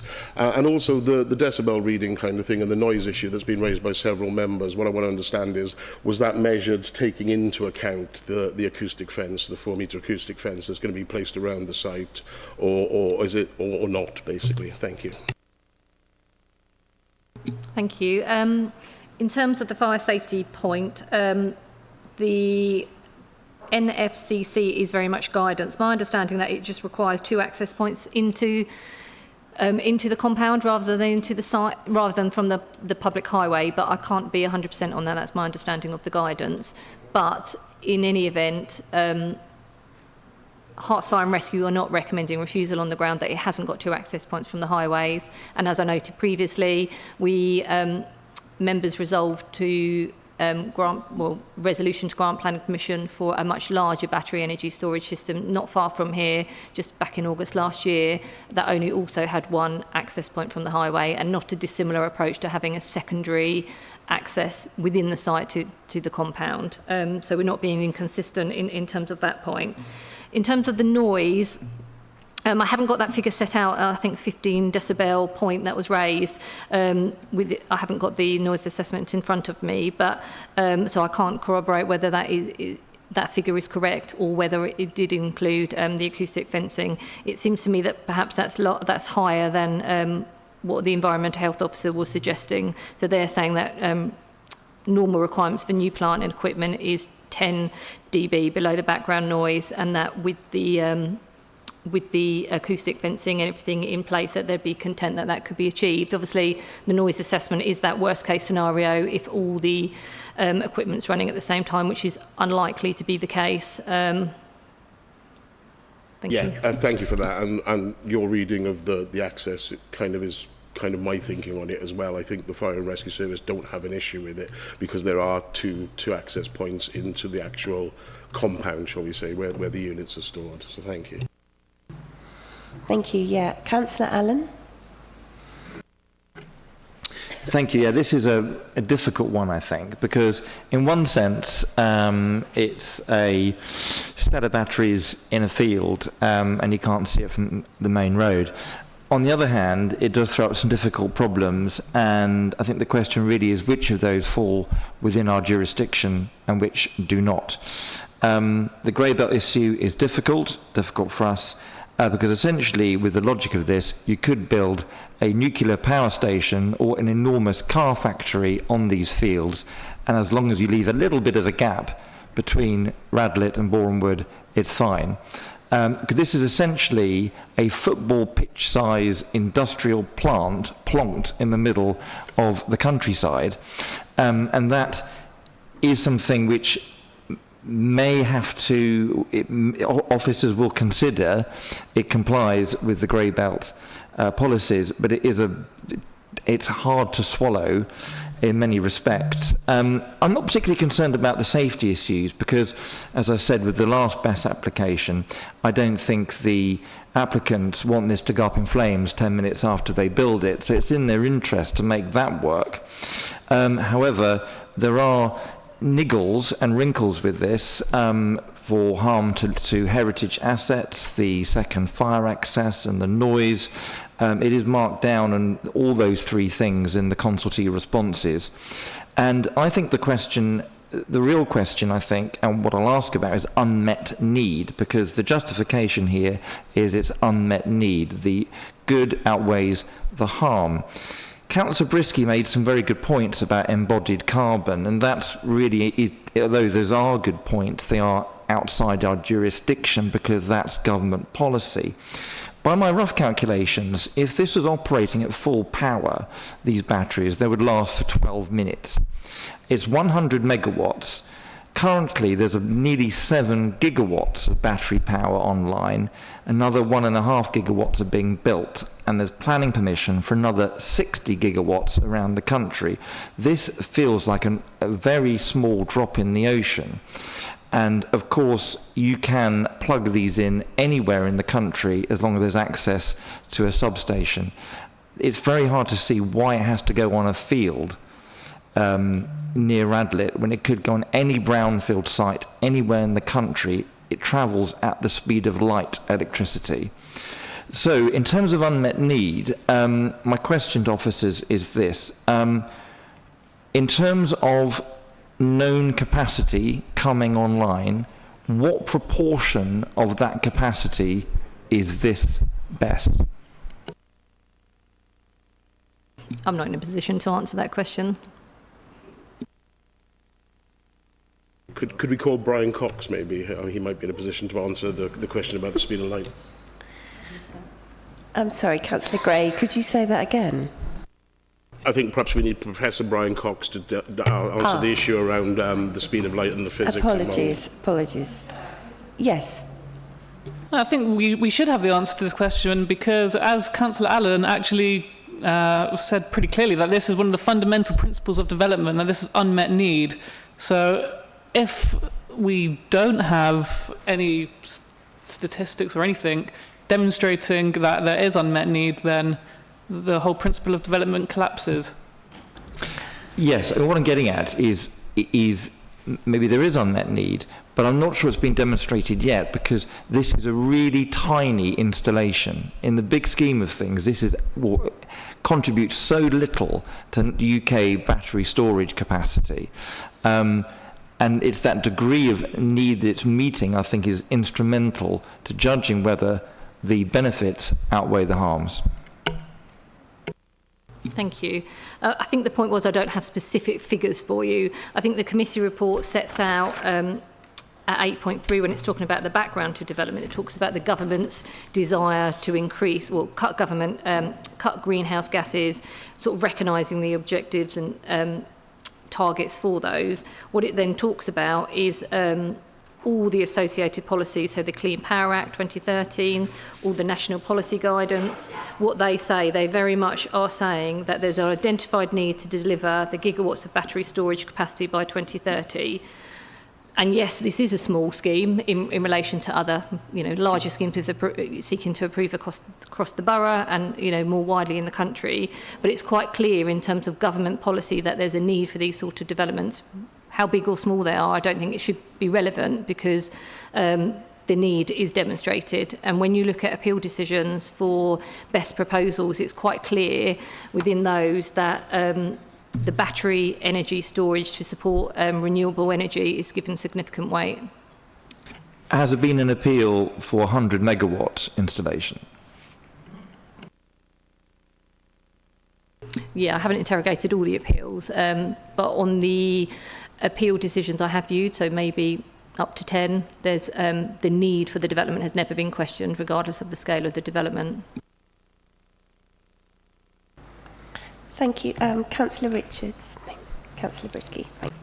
Thank you, Madam Chair. I had a couple of questions and some comments, so I'll try and be as concise as I can because I'm mindful I might not get another chance to speak. But my questions were firstly around, so in the speech against, there was a mention of the perception of fire safety being a material consideration. Could I check that, because I'm not entirely sure that is something we could bear in mind. There was also talk, I think, either in the technical meeting or earlier on today, around sort of the agricultural use and whether we have a view on the history of it, recent history. And on that point, I would say it's really, it's not a material consideration as to what the land use, the driver behind land use. I mean, the profitability of farmland when it's used for crops versus grazing versus solar farms versus battery storage. It's down to the landowner to make the best use of the land as possible. So I don't think that's a material consideration. Embedded carbon really is in absolutely everything we do and make. So whilst I think society in more general terms should look more carefully at where things come from and where things where things end up.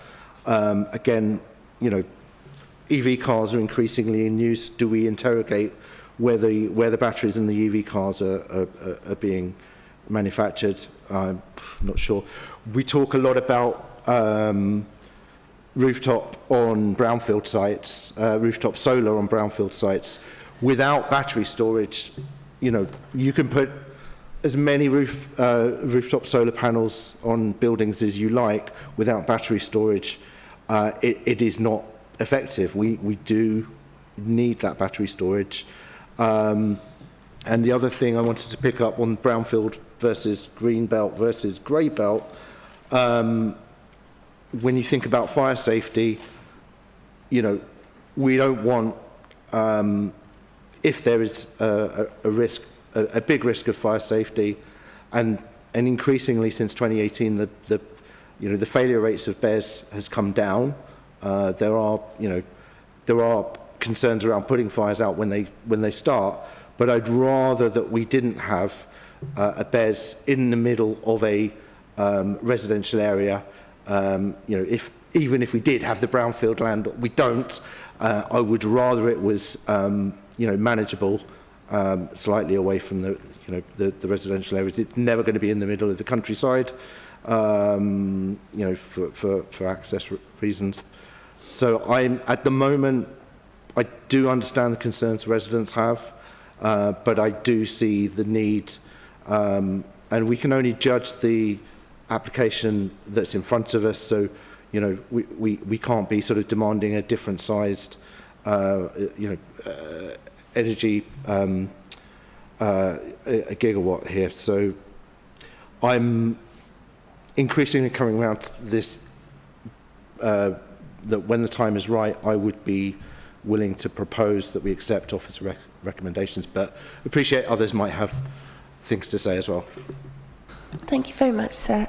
Councillor Brisky and then Councillor Gray. Thank you. Thank you, Madam Chair. I just actually wanted to continue following up from what the officer was saying in response to Councillor Allen, because the Clean Power 2030 Action Plan identified a need for 23 to 27 gigawatts of battery storage capacity, but this will not be delivered for at least 5 years.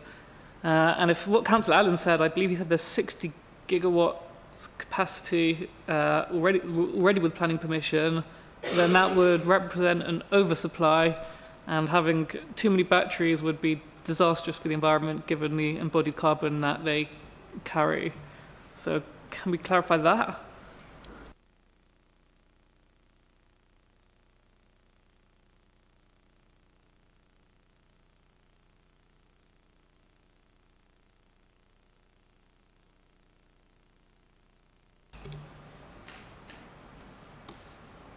Sorry, is your point that as a country we've already met the quota of best proposals? Well, I believe that at the very minimum this is not going to contribute to that, because there's been an identified need by 2030, but this is not going to be delivered by 2030.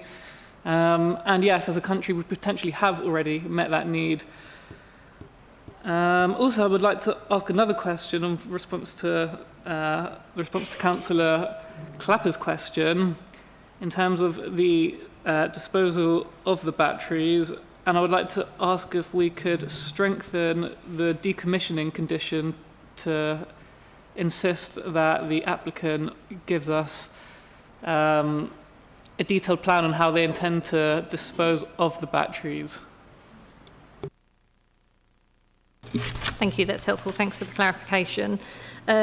In terms of your point about the Clean Power Act, I think we haven't got any evidence in front of us in terms of what has been delivered as a countrywide in terms of storage capacity. So as officers, we're content that the drive of the government is to deliver, to sort of make that shift to sort of clean power, and that this would enable that. So we are content that meets with that. if the development wasn't in the green belt, then there would be no need for the developers to demonstrate need. So the MPPF at paragraph 168A says that applicants should not be required to demonstrate the overall need for renewable or low carbon energy, and that local planning authorities should give significant weight to the benefits associated with renewable and low carbon energy generation.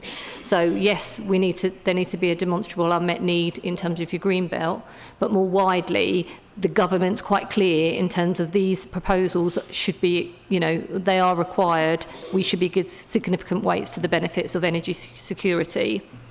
In terms of your point about condition 2 and the decontamination point, the wording, for the condition for that, I'm happy to add that details around the method of disposal, recycling, etc. is included if you're happy for that to be imposed. Thank you. Councillor Gray and then Councillor Lambert. Thank you, Chair. I'm not sure which one of my colleagues it was that mentioned, but obviously this is not the largest of best sites that we've looked at. But apparently only a few minutes of electricity could be stored in there. My understanding was that if fully charged, this would provide electricity to about 160,000 homes for about 2 hours. So I kind of want to know which is right, really. I haven't got that detail in front of me, but I think within the submission that does sound, there is some correspondence within the planning statement with the application that does talk about how many homes could be generated over a 2-hour period. I don't know how long, if that figure you've just given us is correct in terms of whether those battery storages are fully charged. The only figure I had is the one I outlined earlier was about energy to serve that 540,000 households. No, that's a fair point, and there's quite a detailed question that I asked. I suppose, Madam Chair, with your permission, the agent who's here this evening and understands this might be in a position to answer that question, but it's in your gift to allow that, whether that's possible or not. Thank you. Would members like to know the answer to that question? Yes? Thank you. If I could ask the agent, if you could come forward, sir. Thank you.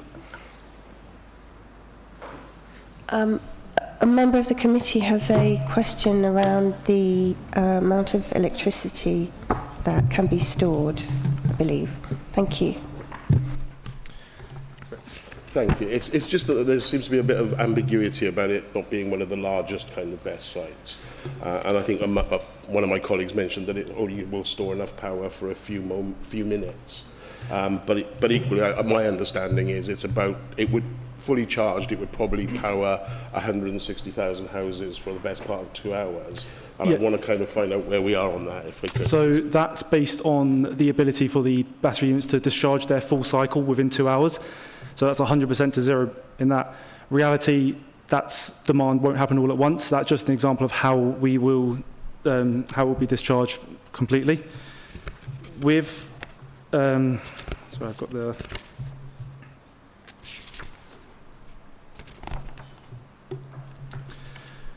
So I said it was when I said in my speech, it will save 53,000 tons of CO2 per annum. I believe, I don't have the stats in front of me, but in our application we do state it could power 1.2 million per homes per annum, as well, if that clears it up. If I'm allowed to expand a little bit on. Not really, sir, because you did have your 3 minutes to explain it. But if you could just answer his question, thank you. Sorry, okay. So you talked about the 2-hour discharge cycle. So if when you've connected to Elstree substation, if they called on your site for that amount of energy, you could put 160,000 homes worth of energy for 2 hours into the grid. Is that that's correct? Yeah, yes. Lovely, thank you. Okay. Yes, thank you very much. Councillor Lambert, I think, and then Councillor Amron. Thank you, Chair. I've got real concerns about this, and it's. I think the discussion has reinforced my view. Probably the one aspect of my view which I don't think I'd considered was the whole question of need. and perhaps I think there are some doubts about need. But I am worried about safety, particularly in relation to fire, and I am very worried about proximity to schools, to historic buildings, and to residential areas. I mean, there might be Tykes Water and a railway line, but the residents of Boreham Wood are very, very close to this, this plant. However, they are probably not aspects on which one would turn down this application. My real question is about whether or not this is green belt or grey belt. And we have got at the moment the appeal for 195 homes on Shenley Hill. And that is going for appeal on early February, with a decision expected in April. And I believe that that will set a precedent in relation to grey belt. And so I would like to... Sorry. No, Okay, sir, sorry, pardon me. I was just going to remind people that we need to just think about this application. I know it's important that we've all got a lot of information about other things, but we really do need to just think about this application. But I'm sorry, I interrupted you. Okay. In which case, I know that Councillor Richards wants to propose acceptance, but if he's unsuccessful, I would propose that we reject it, on the basis that it does not meet the requirements of A and B, and therefore is not grey belt. It remains as undeveloped green belt.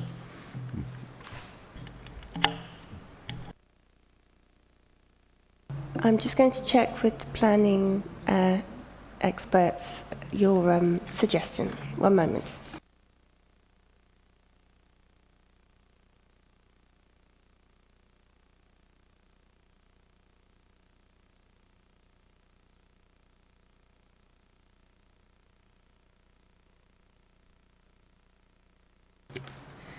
Thank you, Chair.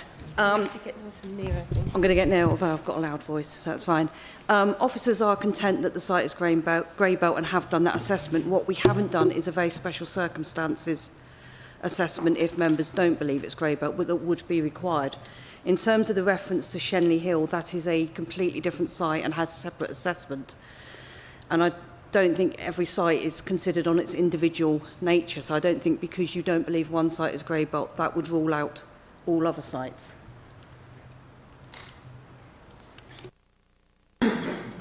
Okay, then forget my reference to Shenley Hill, but my proposal to reject is still in place. Councillor Clapper? I'd like to second, Madam Chairman. One moment. Sorry, yes.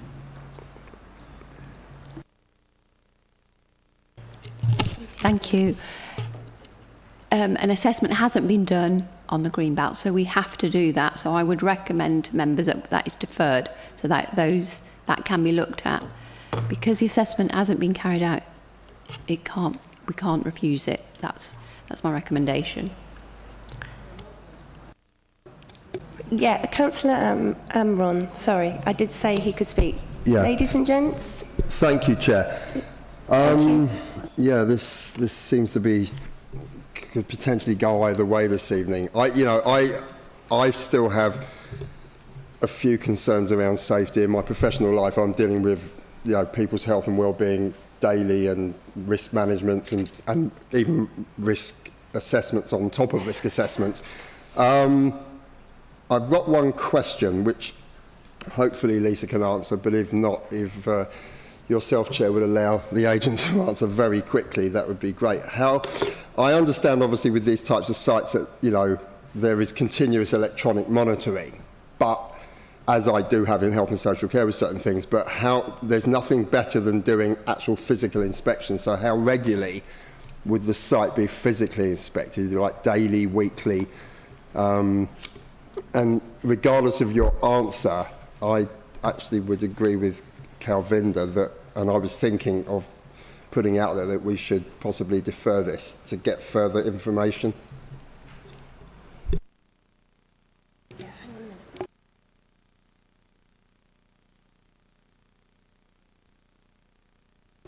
In terms of your question, Councillor Amon, about the monitoring, we could certainly add a condition to that effect to seek the details and for them to submit a report to say they've done that monitoring. Yeah, I think that's really important because there's really nothing better than actual physical monitoring of something with a potential.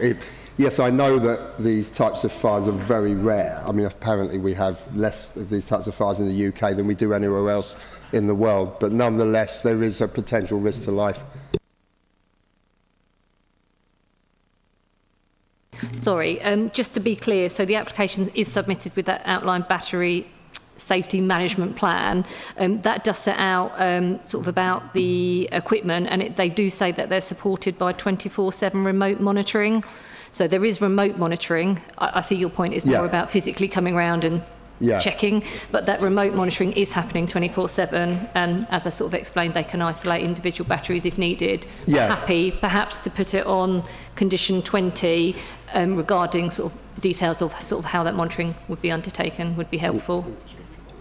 Yeah, infrastructure monitoring, you know, because like anything, all this tech is great until it goes wrong, and then it needs us human beings to sort it out. So members, I've heard people wanted to approve it, wanted to turn it down, and wanted to defer it as well, potentially. In my opinion is if we don't think it's grey belt and we have questions that have not been answered, a recommendation would be that we defer it and have these very special circumstances looked into and the other questions that we have. Does anyone have... Yes? Why haven't we undertaken a green... I assume we were talking about a very special circumstances assessment. Why has that not been carried out? And I think the very special circumstances element is what when we're talking about unmet need. I'm pretty sure that's the very special circumstances, because that only applies when it's a green belt, which is what the officer was saying earlier. So is that the green belt? Is that otherwise? When we're talking about a green belt assessment, what do we mean? Thank you, Councillor Brisky. Officers haven't undertaken a very special circumstance assessment because that isn't required if the site is deemed to be grey belt. And officers have considered the site to be grey belt and therefore wouldn't trigger a VSC assessment to be undertaken, which is the same approach we took with regards to Shenley Hill and other sites.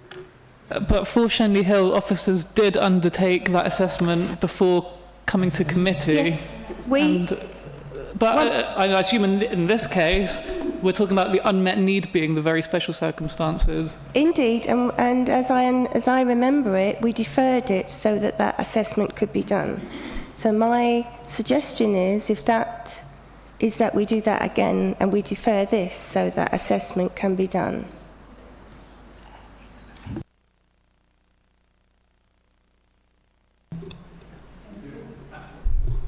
Madam Chair, we deferred the Bushy application, but we rejected the Shenley Hill.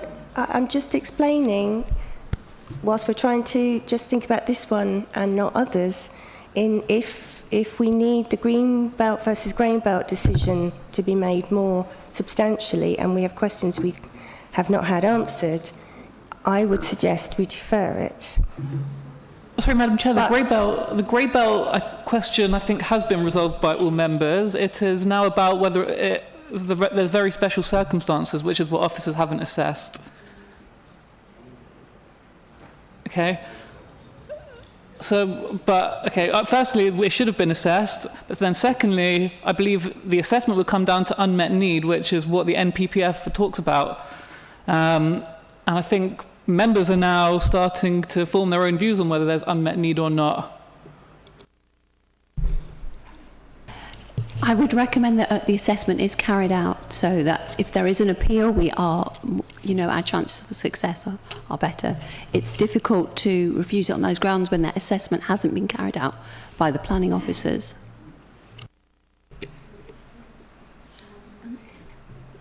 Councillor Amron? you know, can I move to defer? Would anyone second me? Yes, I do. Madam Chair, can I just ask a question? Yes, you From can. a process Sorry, yes. perspective, Councillor Lambert moved to refuse the application and I seconded it. So is not the next step from there that we move to a vote regardless, because that motion has effectively been put forward to the committee? Because having, and I know I'm not a permanent member of your committee, so I say this with the greatest respect, but having watched this previously, when we've had these scenarios before and somebody's moved, for example, for a refusal or acceptance, we have had to move to a vote in that scenario. So I don't understand why we're having continuous conversation after a vote has been put forward and seconded. Just a question. Thank you. No, it's a valid question. I will let this lady answer. So, yeah, where a recommendation is put forward that is opposite to what an officer recommendation is in a report, officers are entitled to come back to safeguard the council in its decision making and challenges against council.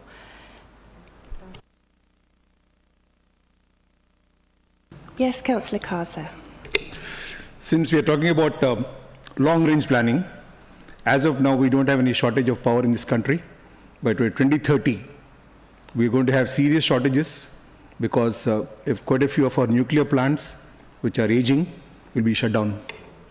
So this BESS, for whatever reason, may not be acceptable for other reasons, but from the path of long-range planning, it is highly acceptable. We need proposals like this more and more, so that all of us can have some power in 2030. I agree, but we do need to decide what we wish the end of this debate to be upon. So,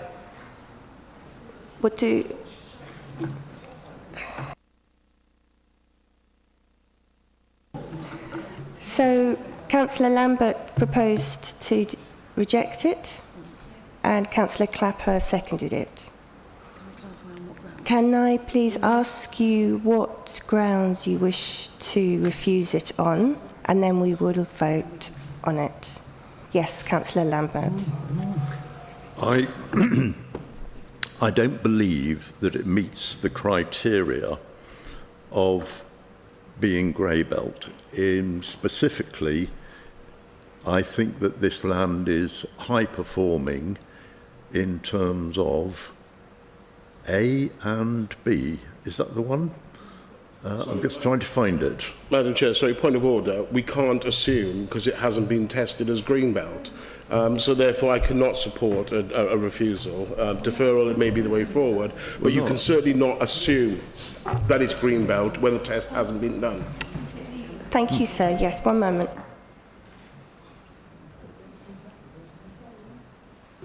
So I thank you, Chair.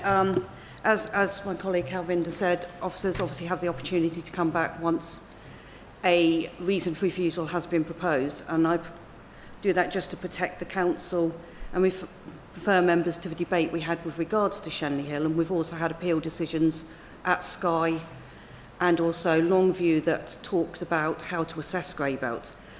In order to protect the council, to refuse it on the grounds that it isn't grey belt without enabling officers to undertake a very special circumstance assessment will put officers at significant risk of costs at appeal. So my suggestion is that it is deferred to enable that to take place to protect the council should that decision be carried forward, to protect the council should the appellant wish to appeal that decision.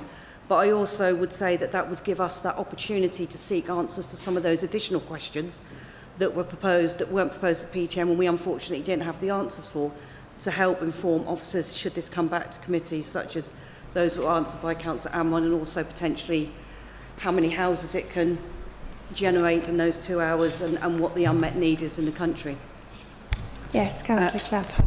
Thank you. I know Councillor Lambert was in the process of putting forward the grey belt, green belt discussion. I had about 4 or 5 specific reasons that I've noted down as to why we would want to move or you know, add them to the list of why we will be refusing.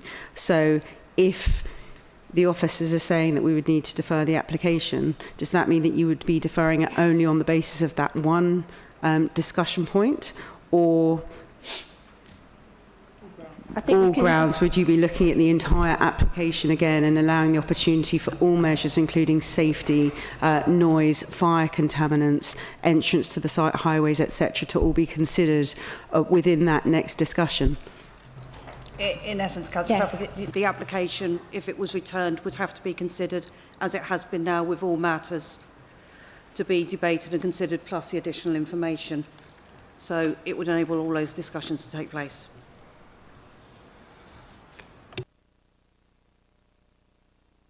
It can be deferred on all grounds.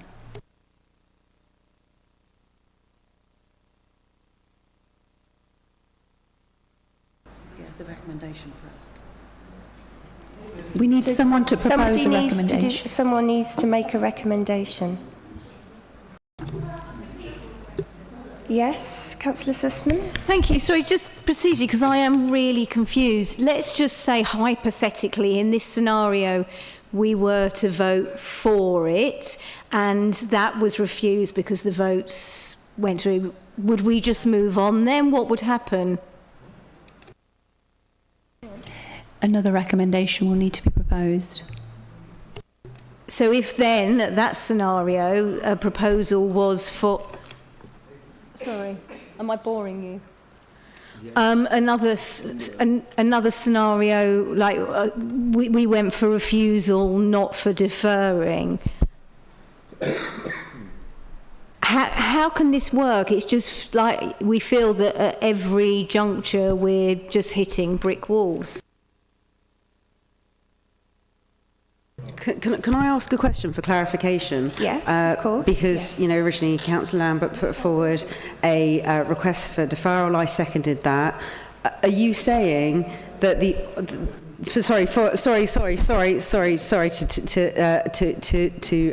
vote against it? That was seconded.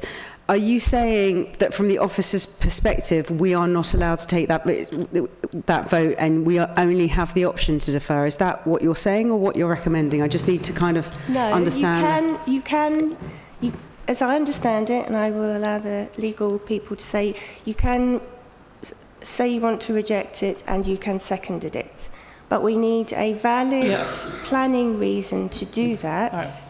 And if you believe that it's not grey belt, it's green, and the very special circumstances haven't been met, we can't make that decision because we haven't assessed it to see if it is green or not. Okay, Madam...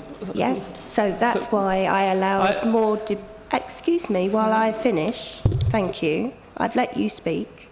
That's why I allow more debate to happen, because we need to be very clear about the reasons why we're proposing and seconding, because I have been given feedback that I don't do that enough. Yes, Councillor Brisky? Madam Chair, I would like to therefore propose an amendment to the motion proposed by Councillor Lambert to refuse planning permission on the grounds that we do not consider it to be grey belt because this does form the separation between Bradley and Boreham Wood, and that we do not consider very special circumstances to exist. And he may consider there to be other reasons, such as noise and other material considerations raised in the debate. But I don't wish to... As I've said, if the committee doesn't feel that it's grey belt, the assessment should have been done on it as if it was green belt. And it wasn't. So you can't say it's not grey if it hasn't been assessed on green. No, but Madam Chair, it's ultimately for the committee to make that assessment. That is for the committee to make. Yes, but surely the committee is supposed to be making the decision based on both. And if it's only had one done, it can't assume the other one until the assessment's done on both sides. Yes, I understand that, but ultimately officers can undertake an assessment, but members can undertake their own assessment. And that is democracy. We can come to a different conclusion to officers. Yes. We might have looked at the facts on the paper and decided... There are no facts on the paper because the green belt assessment hasn't been done. Okay, ladies and gentlemen, please, one at a time, okay? Thank you. Councillor Clapper. Thank you, Madam Chairman. I mean, if the committee believes that this is Greenbelt and this is inappropriate development in the Greenbelt, then surely a reason for refusal will be that the report fails to demonstrate that very special circumstances have been convincingly established to outweigh harm to the openness and the purposes of the Greenbelt, and that would be a valid. There are none. Exactly. So if the committee haven't been convincingly haven't been convinced that that's been established, then that is a valid planning reason to go along with whatever other objections that committee members might have. And that would be a reason to potentially turn down the application. It's just a comment. So, our monitoring officer has previously said members are the guardians of the public purse, and also members need to be fully informed in their decision making. So that's why I highly recommend that this matter is deferred if members are minded to find out what the Greenbelt assessment is. No, Madam Chair, excuse me, it's for the applicant to make the case for very special circumstances. If they have not done so, then we do not... Councillor Brisky, you have made your point. If the committee wished to turn this down, and it's seconded, and you all agree, you need a valid planning reason, as we have established. All I've done is give the officers the chance to explain the ramifications of doing that. Thank you. Councillor Clapper. Madam Chairman, would it be helpful for me to just beyond the Greenbelt go through the other potential reasons if we're having a discussion about whether or not we're going to vote down the application, the other reasons, if they're valid reasons or not? Would that be appropriate or not? I'm more than happy to hear those concerns, Councillor Clapper. Okay, thank you. In that case, and other members are very welcome to pipe in.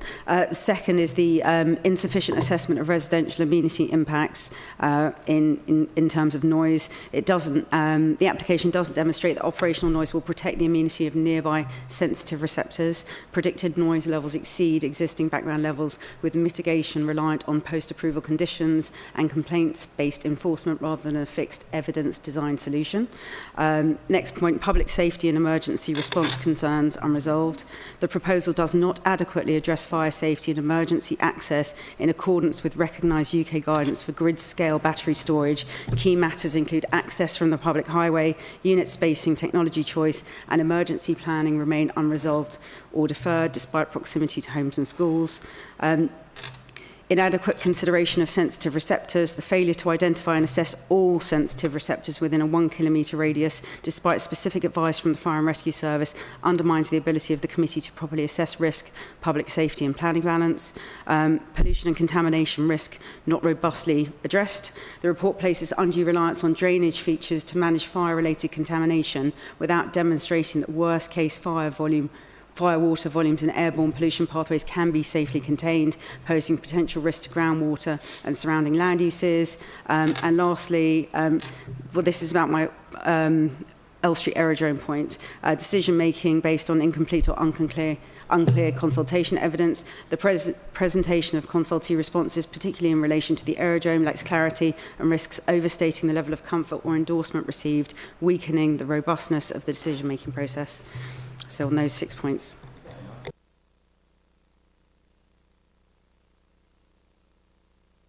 Yeah. We need to consider. So, Councillor Lambert, do you want to propose? We are still with rejecting the application. Yes, because that's what you want to do, yes. And I would like to propose that on the basis of I don't believe it's Greenbelt, but also the reasons that Councillor Clapper just gave. Thank you. Councillor Clapper, you second. Yes. Yes. Very happy to second. Thank you very much. So we can vote. Thank you.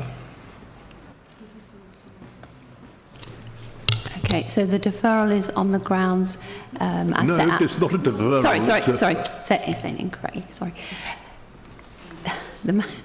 So the recommendation is to refuse on the grounds as set out by Councillor Lambert and Councillor Clapper. So if I can start the vote. Could that include Greenbelt? Yes, Councillor Lambert has referred to the Greenbelt as well. Okay, so if I can take the vote. Councillor Allen? This is for, against, or abstaining for a recommendation to refuse, just to clarify. Councillor Allen? For. Councillor Amron? For. Councillor Brisky? For. Councillor Clapper? For. Councillor Gray? Against. Councillor Handley? For. Councillor Kazar? Against. Councillor Lambert? For. Councillor Richards? Against. Councillor Smith? Against. Councillor Sussman? For refusal. Councillor Green? Against. So that's 7 for refusal and 5 against. So that's been carried. The recommendation to refuse on those grounds have been carried.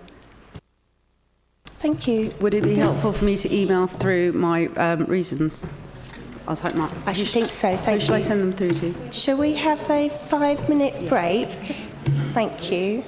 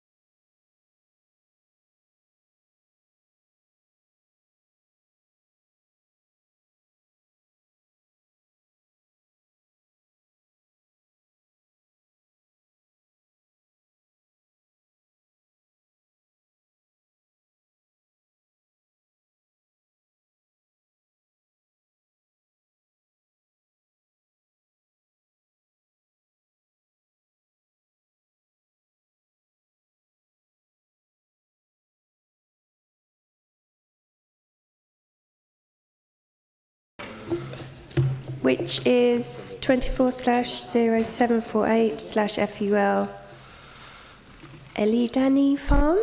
I don't think I've pronounced that correctly. And Alum Lane in Elstree. And I invite Josh to present. Thank you very much. Thank you, Chair. So yeah, as this application relates to El Danny Farm, which is on Alum Lane in Elstree. So the application proposes the formation of a water detention basin and associated landscaping. As you'll see from the agenda, a separate residential application is to be presented after this application, which is for the redevelopment of the stable yard at El Danny Farm for residential use. Whilst that application is reliant on this development to come forward, this application should be treated on its own merits and considered in its own light.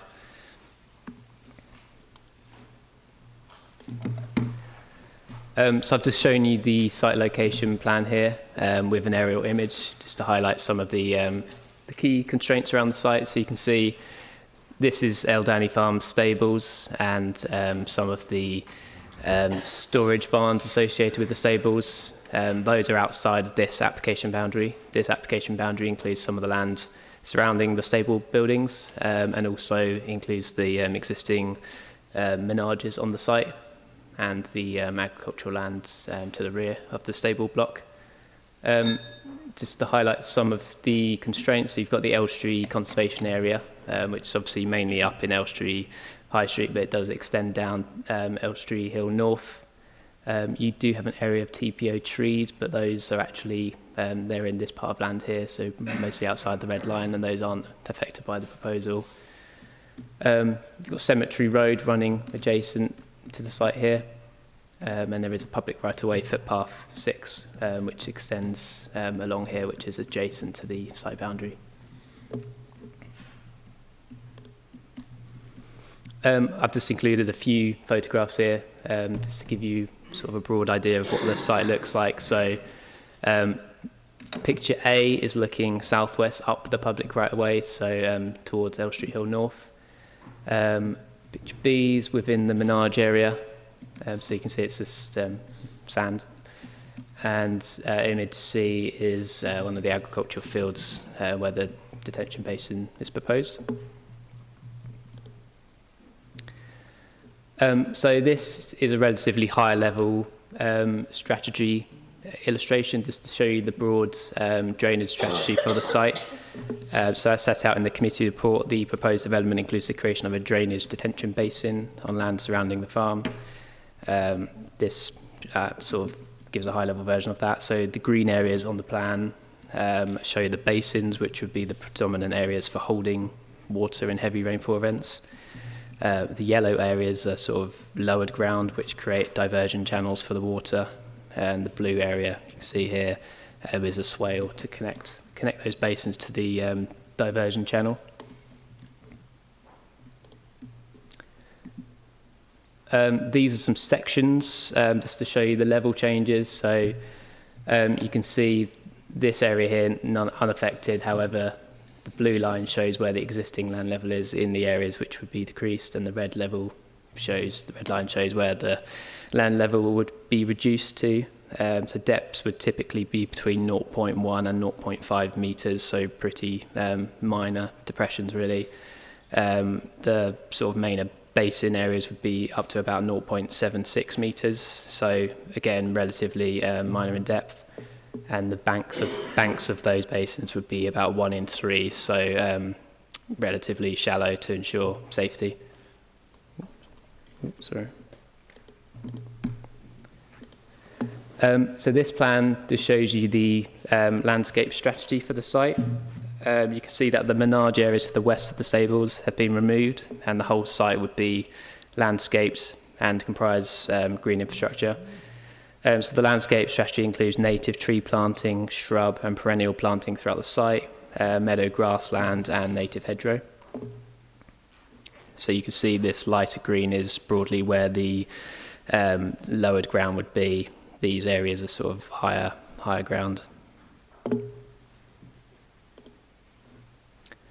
So in terms of the principal development, the in-principle considerations in this case were the loss of some of the stable facilities, i.e. the menages, and also greenbelt considerations. So as mentioned, there would be the loss of menage, as set out in the committee report, and equestrian needs assessment was requested as part of the application, which was provided. What that identified is that the riding school on site has been closed for over a decade. Since then, the site was used for livery purposes, but that too has ceased operation since about 2022, and it's only been used for private use by the landowner since that time. The needs assessment demonstrated that the site is in considerable need of investment to bring it back into a standard that would mean that users would be willing to pay money to use it and to make the business profitable. The demand for equestrian services has reduced in recent years, partly due to the cost of living crisis, and there are several other yards available within a 10-mile radius of this site, which have much better facilities for a similar price point that this site was previously offering. It's essentially meaning that this site would really struggle to compete with those facilities. It's also noted that the site has no direct or convenient access to local bridleways without using busy road networks, so it doesn't make it a particularly attractive option for horse riders on that basis. So the loss of the stable facilities on balance was considered to be acceptable in this case for those reasons. So in terms of greenbelts, the site is located within the greenbelt. So greenbelt paragraph 154H II of the MPPF is relevant. That paragraph advises that development is not inappropriate within the greenbelt if it comprises an engineering operation and it would preserve openness and not conflict with the purposes of the greenbelt. So in this instance, the development would comprise an engineering operation in terms of the land level changes. It would reduce the amount of man-made structures on the site in terms of the loss of the menages and the increase in green infrastructure. And the earthworks and landscaping would assimilate into the surrounding landscape and would have no impact on the openness of the greenbelt or the greenbelt purposes. On that basis, the scheme is not considered to be inappropriate within the greenbelt, and no harm to the greenbelt would occur as a result. So with regard to flood risk, that's the main reason for this development, really. So the reason that's come forward is to reduce the risk of flooding within Eldani Farm and along Cemetery Road. So you can see on this drawing here, which is taken from the Environment Agency's flood map for planning, there's currently a band of high-risk surface water flooding that runs over the existing stable block and also along Cemetery Road.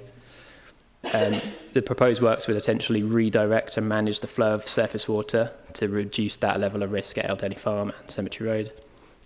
Initial comments and objections were received from the LFA. There's a lot of back and forth between the applicant and the LFA relating to the sequential test and some of the flooding technical details. However, it should be noted that the sequential test matter only related to the residential scheme, which is a separate application, and based on updated guidance, it's no longer required where surface water is effectively managed on a site.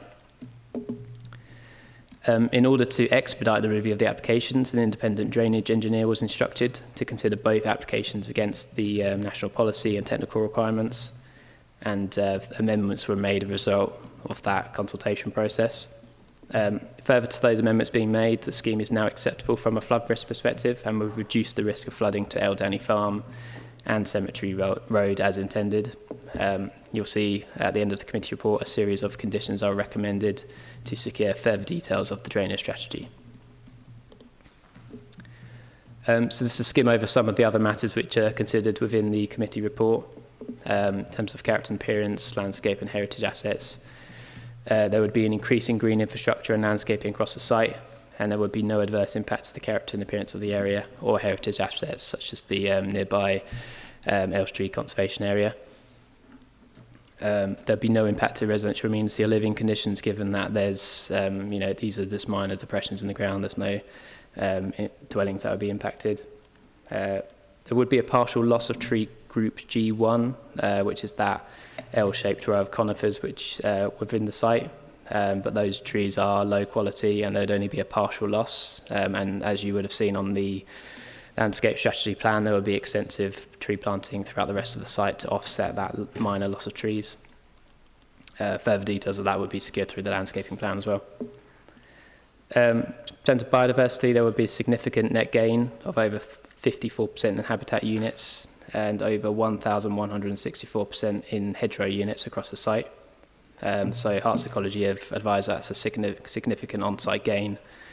And as a result, we've secured a habitat management and monitoring plan and a monitoring fee as part of the proposed legal agreement. And in terms of the adjacent public right-of-way, no concerns are raised as it would be unaffected. So overall, the proposal is considered to accord with the policies within the development plan, and it's recommended that the scheme is delegated to officers to approve, subject to conditions, and a legal agreement to secure a habitat management monitoring plan and monitoring fees for the significant on-site net gain. Thank you. Thank you very much. So we have speakers. So may I call Miss Helen Stammers to speak against the application? Thank you. You'll have 3 minutes. Chair and members, I speak on behalf of the Elstree and Borehamwood Greenbelt Society to urge the refusal of both applications relating to Eldani Farm for the 8 luxury homes and the water detention basin. These 2 applications are inextricably linked and are interdependent. I would like to highlight 3 critical conflicts with national policy. Conflict 1 is that this site is ineligible for Greybelt status on 2 grounds. The first is the flood risk, based on MPPF footnote 7, together with the MPPF definition of Greybelt. Recent case law from the Planning Inspectorate confirms that land subject to high flood risk is legally disqualified from being classified as Greybelt. The second is Greenbelt Purpose A, which is preventing urban sprawl. This site contributes to the buffer, preventing the large built-up area of Boreham Wood from sprawling into the already limited gap between the town and Elstree Village, which is a conservation area. Conflict 2, these applications are linked, so should be considered together, not separately. The officer admits the houses cannot be occupied until the basin is finished. The Court of Appeal warned, in the case of Ashchurch Rural Parish Council and Tewkesbury Borough Council, that planning objectives cannot be circumvented by dividing what is, in reality, a single project into separate parts.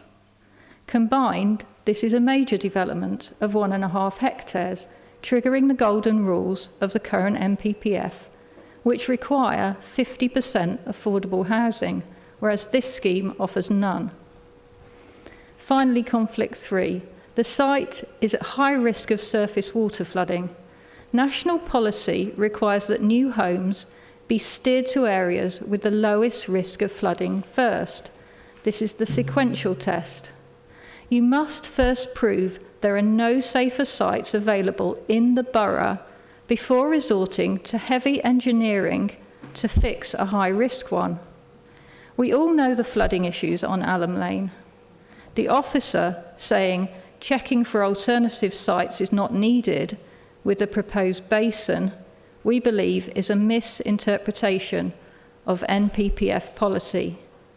We urge the committee to uphold the integrity of the Greenbelt, follow national policy and refuse these applications. Thank you. Thank you very much. Can I please call Mr. Antoine Christophorou to speak for the application? Apologies if I mispronounced your name, sir. You will have 3 minutes. Chair, members, good evening. Thank you for the opportunity to speak this evening. My name is Antoine Christophorou. I'm the founder of Acre and joint applicant with the owner of Eldani Farm. Acre has a long-standing history and relationship with Hertsmere Borough Council for delivering exceptionally high-quality, design-led schemes across the borough over many years alongside some of the UK's most highly revered architectural practices and studios. This evening, members, you are determining two parallel planning applications, which follow 2.5 years of engagement with your officers, the LLFA, statutory consultees and advisors. Eldani Farm was a former equestrian centre which closed its riding school in 2009 and the livery in 2022. The first application, as your officer has presented, is for a water detention basin and associated landscaping on land to the west of the existing stabling area. The basin has been designed by JBA Consulting, one of the world's leading environmental and engineering consultancies, to provide contingency, if ever needed, in the unlikely event of surface water flooding. The design and modelling of the detention basin has been thoroughly tested, reviewed and independently assessed by a third-party engineer, McCloy's, appointed by Hertsmere to review JBA's modelling and LLFA advice. McCloy's have unequivocally concluded in full support of the hydrology works, associated opening up or daylighting of a currently blocked culvert on the site, and achieving on and off-site surface water mitigation betterment.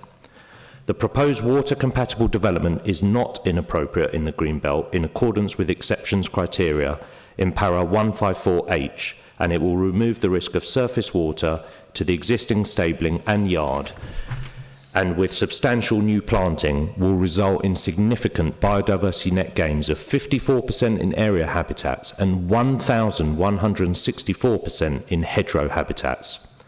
The second application is for a residential development of 8 lateral bungalows on the former Eldani stable and yard areas forming previously developed land. These single-storey homes are arranged as 2 groups of 4 in a rural courtyard layout. These bungalows are desperately needed and will be highly sought after, providing accessible lateral living, which is hugely under-provided for in Hertsmere. In conclusion, the provision of a detention basin as a water-compatible development in the Greenbelt and 8 bungalows on previously developed land will make a modest but important contribution to meeting Hertsmere's severe housing shortage, which stands at less than 1 year. I therefore respectfully request that members support your officer's recommendations to approve both applications this evening. Thank you. Thank you very much.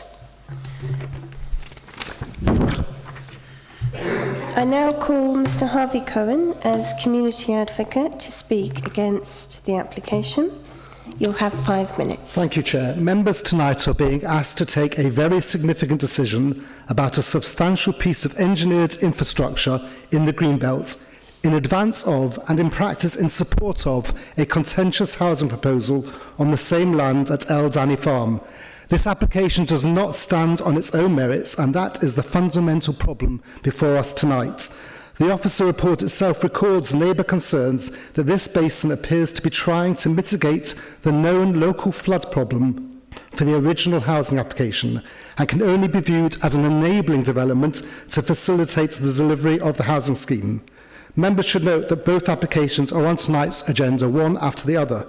Determining the attenuation basin in isolation and in advance of the final decision on the housing risks prejudging that wider scheme and carving away a key flood risk objection that should properly be tested as part of the whole development.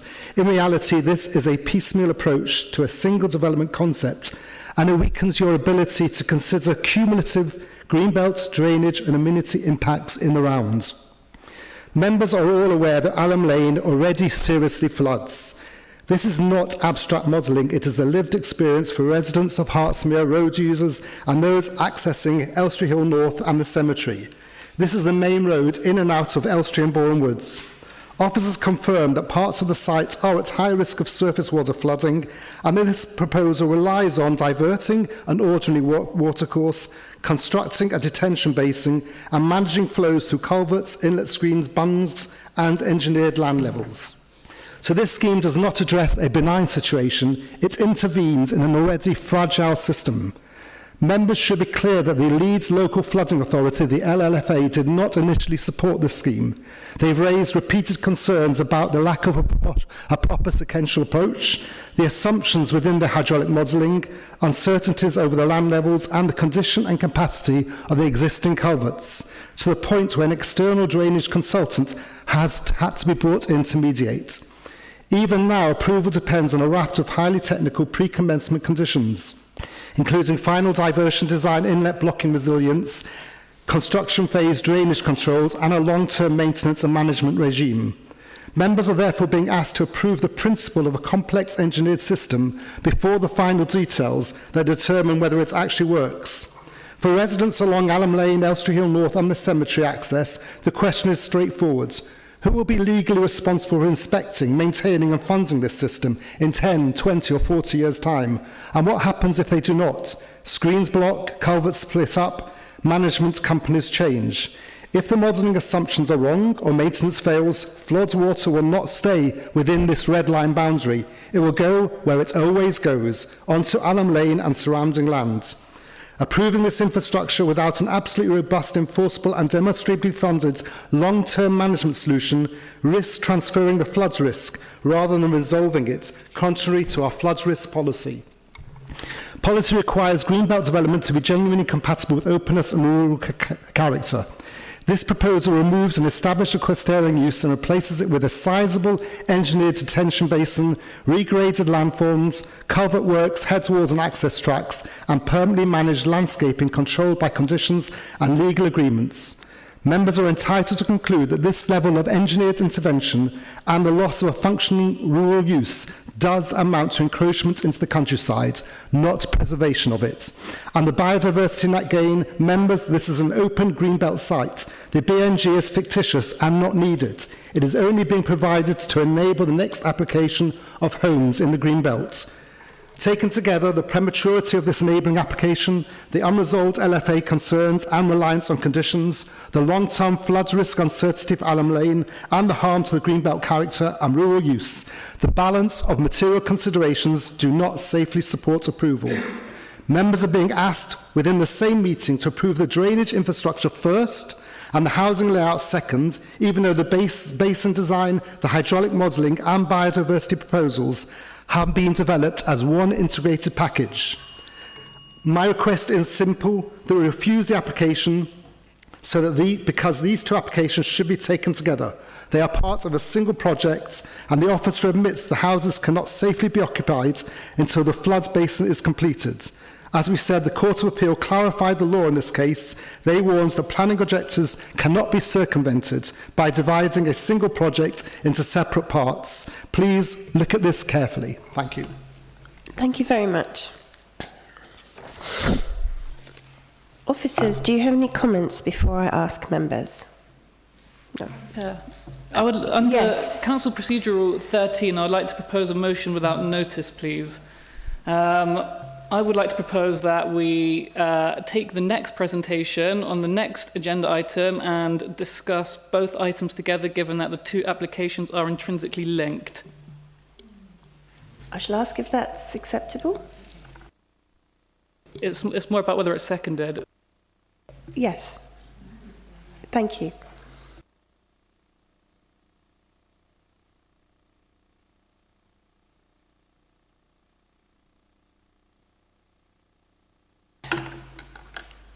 So would the committee like to hear the other application and then decide together?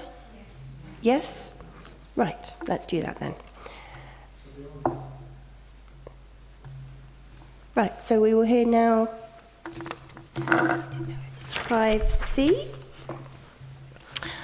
which is 23/1142/FUL, Ali Danny Farm, Allam Lane, Elstree, and Josh will present this as well. Thank you. Thank you, Chair. So this application proposes the demolition of the existing buildings within Eldani Farm and the redevelopment of the site to provide residential units together with associated landscaping, amenity space, bin storage, parking, and the relocation of the existing access from Allam Lane. As mentioned, the previous application is linked to this in terms of its attenuation proposed. So that previous application is required in order to appropriately address drainage issues on this site and to facilitate the residential use. Again, here's the site location, same as the last presentation, so I won't go through this in detail as I've already spoken you through it. However, you'll notice that the red line is obviously different for this application, so now it covers the access to the existing stable yard and outlines the stable buildings rather than land adjacent to that.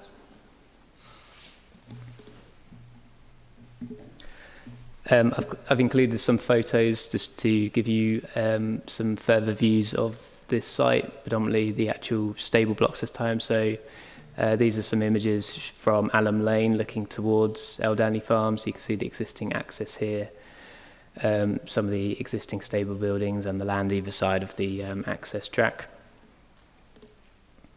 Here's a photo within the stable yard showing the large area of hard standing and the disused stable block.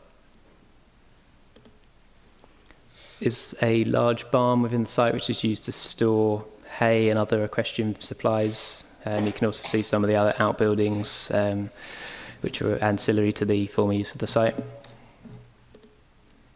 And here's just another side view of that large barn, and you can see the stable block in the distance of this photo. So this is the existing site plan, just to give you an idea of the amount of hard standing and buildings on the current site. So these are currently disused other than by the landowner. So they're no longer used as a stable, as a livery yard or a riding school as they were historically. And you can see the location of the existing access here leading onto Alum Lane. Here you can see the proposed site plan. So you can see that the access from Alum Lane has shifted slightly to the west. It's also would be made wider, so 6 metres in width with a footpath on either side.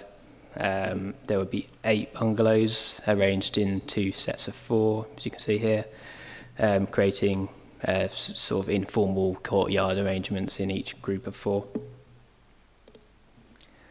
This is the same site plan, but it's showing you the roofs this time rather than the floor plans. So just to show you that each unit would be fitted with solar panels, and the sort of single-storey flat-roofed element would have green roof on each building.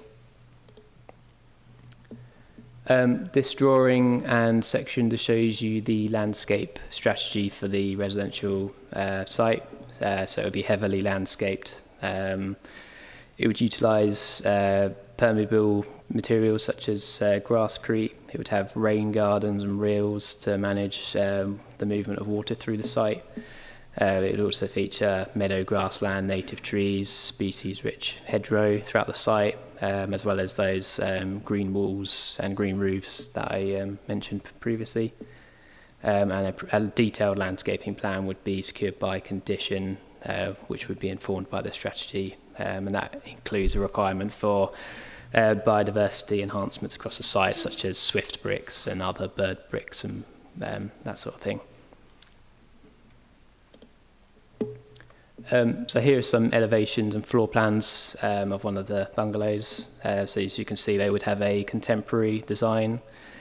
So they've got a mono-pitch roof and a slimline chimney stack. Each bungalow would contain 3 bedrooms with living space opening up onto a private courtyard garden, which you can see here. So there'd be glazed opening up onto that garden area. So as discussed for the previous application, the main matters of principle in this case are the loss of the stables and the impact on the greenbelt. For the reasons previously given, the loss of equestrian facilities is considered to be acceptable in this instance, given the poor condition and suitability of the current facility and the availability of alternatives nearby. The greenbelt case for this scheme differs slightly to the previous application, so paragraph 154G is relevant in this case, which relates to previously developed land. So that advises that development is not inappropriate if it would be sited on previously developed land and it would not substantially affect the openness of the greenbelt. So equestrian facilities such as this are considered to be previously developed. So we would have to look at the totality of that hard standing and the buildings on the site The proposal would increase the overall floor area on the site by 6.6% compared to the existing buildings, but would reduce hard standing by about 21.8%, so quite a significant reduction in hard standing. The maximum height of the buildings across the site would also reduce by about 0.9 metres or 13.8% compared to the max height of the existing buildings. So whilst there would be a marginal increase in floor area, just over 6%, the built form on site would be consolidated into a well-designed scheme that's been highly landscaped and softened with planting. It's considered that there would not be a substantial harm to the openness of the greenbelt as required by that policy, and the proposal would not therefore be inappropriate within the greenbelt. Thus, no harm to the greenbelt would occur. So, as discussed previously, flood risk is currently an issue on this site, and the off-site works would reduce the risk of surface water flooding within the actual stable block part of this site. In terms of the sequential test, so the policy requirement for a sequential test actually changed during the course of the application, given how long this application has taken due to that discussion that's taken place. The policy has changed, which actually means that now, as we assess the sequential test, if you look at flooding from surface water flooding, the policy now says that the sequential test doesn't apply if that surface water flooding can be effectively managed through a drainage scheme. So that is the case in this, case. So a sequential test is not required. Again, an independent drainage engineer reviewed the scheme alongside the off-site works and considers that the drainage scheme would be effective at preventing the risk of flooding for future occupiers, and would reduce the risk of flooding for land adjacent to the site, such as Cemetery Road. So as such, no concerns are raised about flood risk subject to conditions and the legal agreement to prevent the development from being occupied until the off-site works have been completed. With regard to design, as mentioned, the buildings would have a contemporary appearance. However, they would also utilise materials such as standing seam roofs, rain screen cladding and powder-coated windows, which give a nod to the equestrian buildings on the site, whilst also establishing a unique character for this development.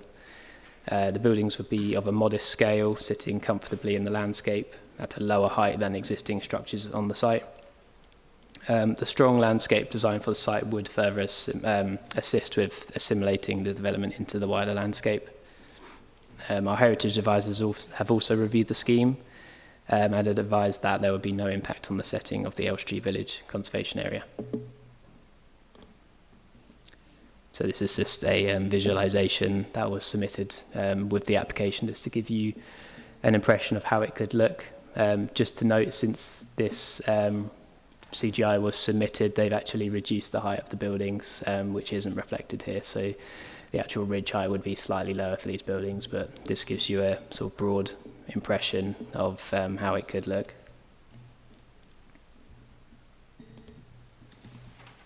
With regard to access highways and parking, so the site is adjacent to an existing bus stop on Allam Lane, which has TfL services. It's also within walking distance of Elstree Village and relatively close to the settlement boundary of Borehamwood. The Highways Authority advised that the site is sustainable for the amount of housing proposed in this case.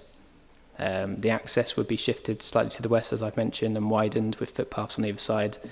Highways Authority have reviewed that and raised no concerns, subject to conditions such as securing further technical details of those access works, just in terms of the dropped curbs and the tactile paving, that sort of thing.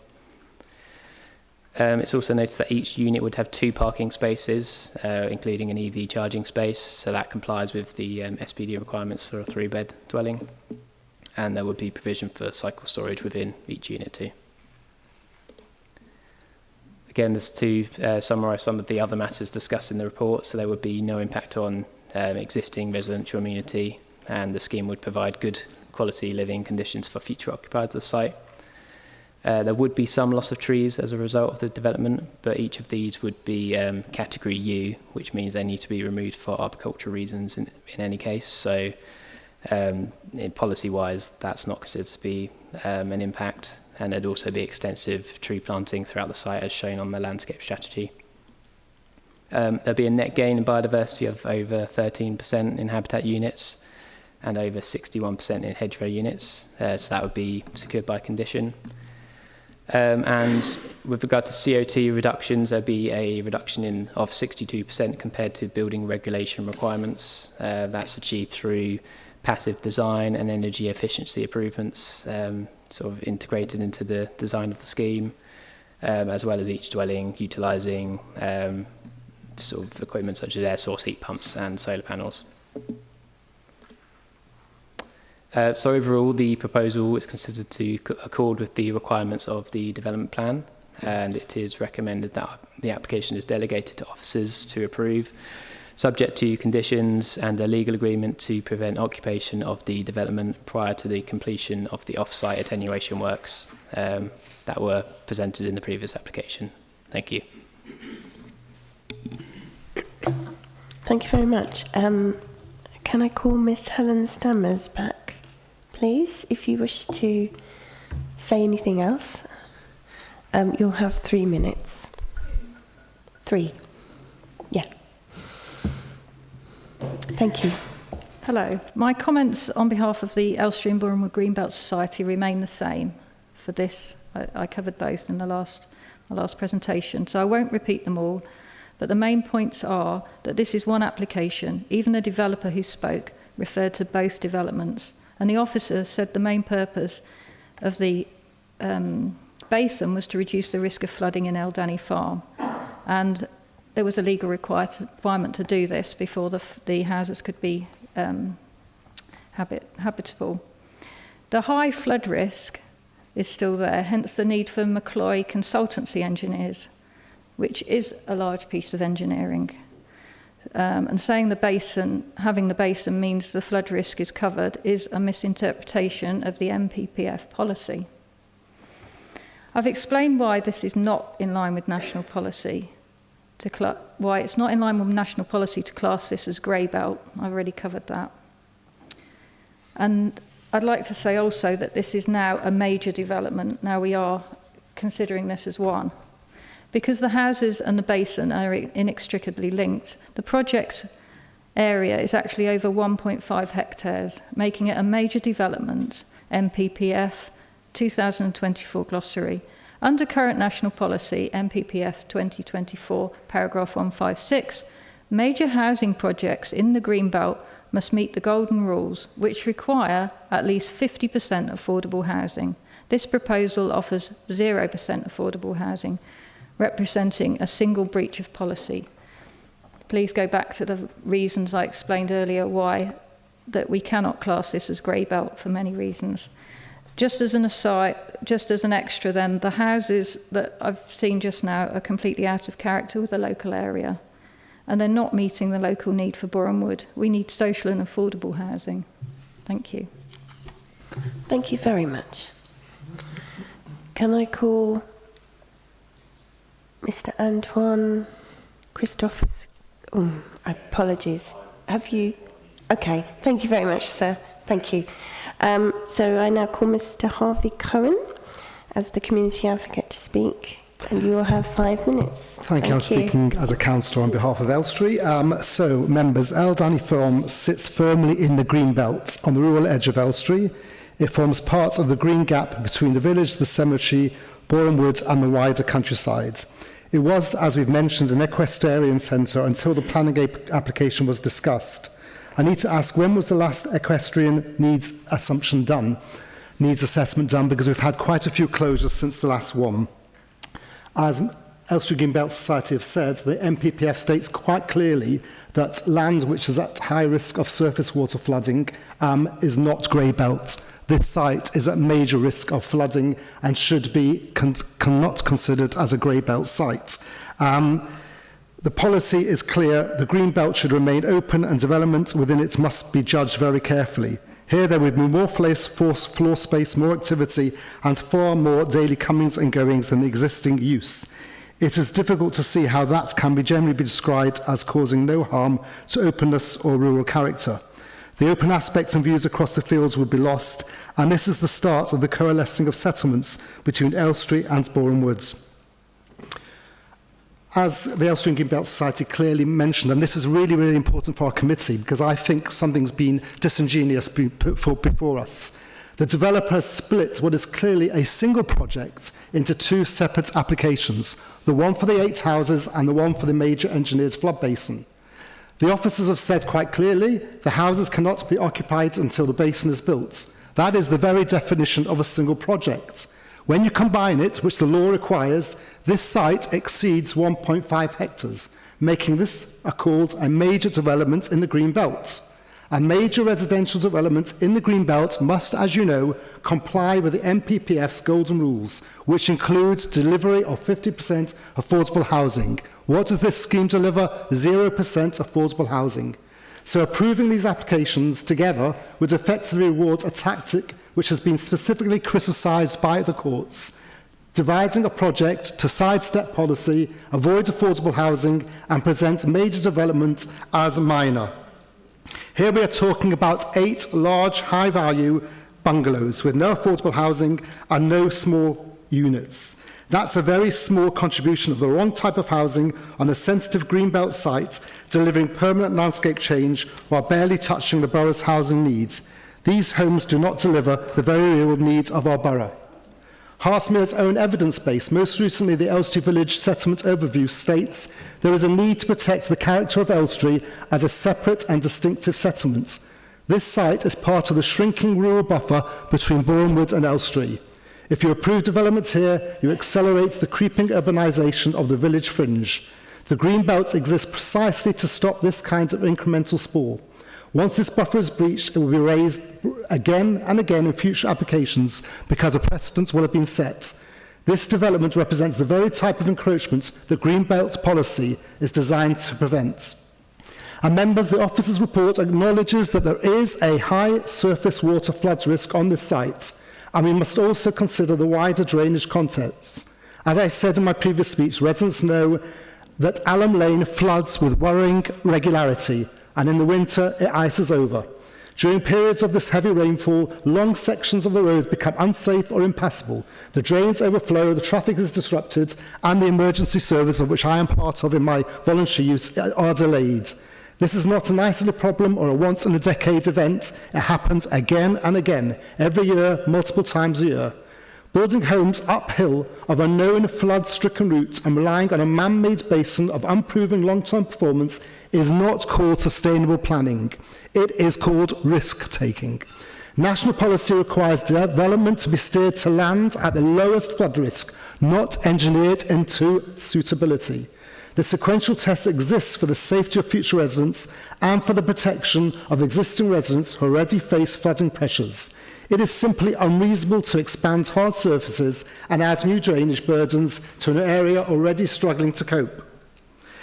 So, members, the request is simple. Please refuse this application and send a clear message that new homes must be delivered in the right places with the right mix and safeguards. This site cannot be classified as grey belt. It's been artificially split to evade green belt protections. The development would erode a vital rural buffer safeguarding Elstree Village's identity, and the flood risk is too great to ignore. Thank you. Thank you very much. So, officers, do you have comments before I ask members? Thank you, Chair. Just one comment for myself, and then I'll pass over to Josh on some of the technical matters.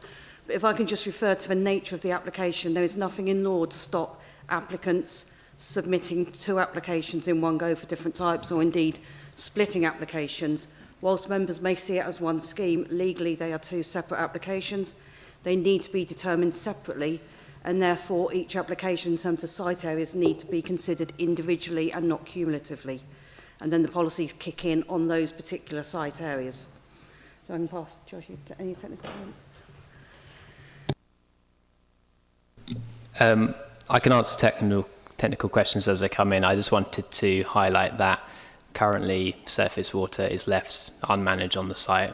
Obviously the attenuation scheme would seek to manage the flow and sort of storage of surface water, which would reduce the risk within the site and also off the site, such as along cemetery roads, as I explained. So that's the sort of intention of the scheme. And also, as mentioned, the PPG was updated during the course of the application, so in September 2025, and a sequential test is no longer required when it comes to surface water flood risk, which has been managed as a result of the development. Thank you. Councillor Smith. Thank you. I just wanted to clarify something, because they are two separate applications. And the 50% affordable housing, as it's a separate application, it's my understanding that only kicks in if it's 10 or more dwellings on this size. If you put them both together, it increases it and it makes it 8. But if it's separate, it makes it 10. So this doesn't, you don't need the 50% affordable housing. It doesn't follow the rules. Is that right? That's correct. Affordable housing kicks in on the definition of major development, so that is more than 10 dwellings, a site of in excess of 0.5 hectares or 1,000 square metres, so that it would not kick in for the residential scheme. Thank you. Councillor Allen. Thank you. I'm afraid I can't really go along with the points made about the flooding risk, because the whole point of half of this is to do some very serious engineering to tackle the flood risk. And at the moment there is no mitigation. And what is proposed here is a complete transformation of the flooding arrangements. So I don't think that gives us really much to work with in terms of potentially refusing this application. In terms of constructing the houses, I think the key point in the presentation was 154G about the PDL, the previously developed land. And I can't see how at appeal that could possibly be thrown out that point. It is PDL, and therefore it seems to me that building houses here on a plot where there are already buildings and is very close to nearby houses seems to me perfectly reasonable and an appropriate thing to do. So for those reasons, I will support this application. However, I think it is worth asking one more question about the splitting, because I understand the point about the legal definition, but just for future reference, what would stop an applicant putting in 100 applications, each for 9 houses, and they're all next to each other?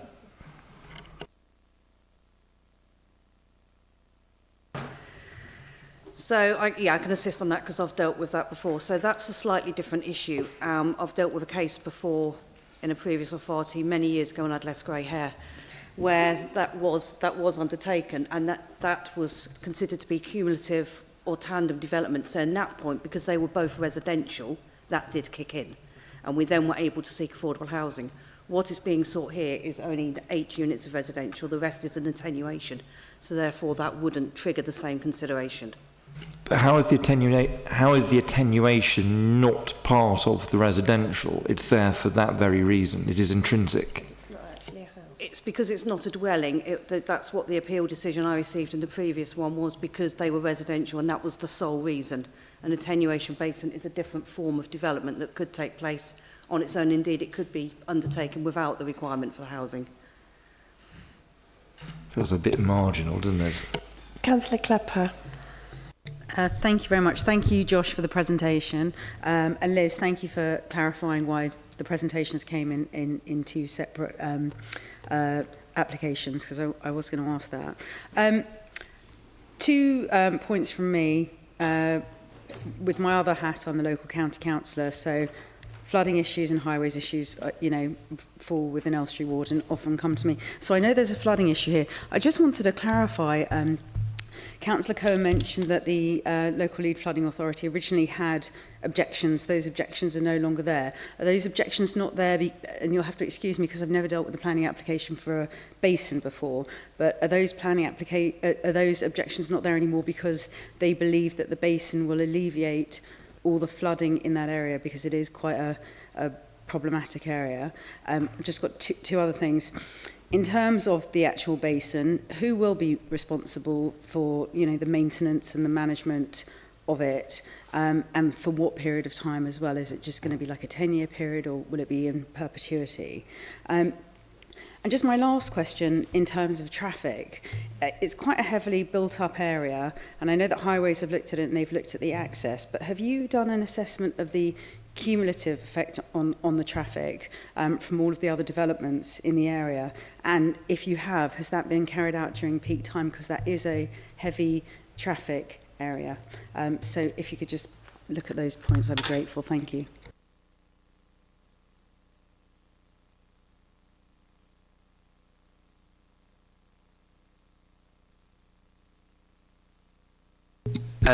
So just in terms of who would manage the attenuation part of the site, so that would be for the landowner and or their management company in the future, and that would be required for the lifetime of the residential scheme. So as long as that residential scheme's there, they would have to manage that drainage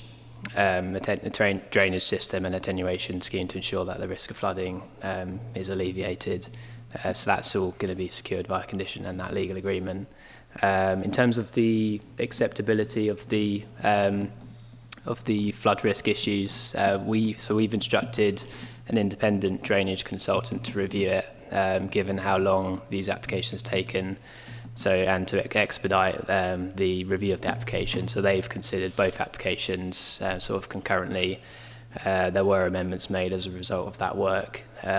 Further to the amended documents coming in, they're satisfied that those off-site works working together with the drainage scheme for the residential part of the site would effectively manage the flow of water, and those homes would be safe for their lifetime, subject to the the management and maintenance of that scheme.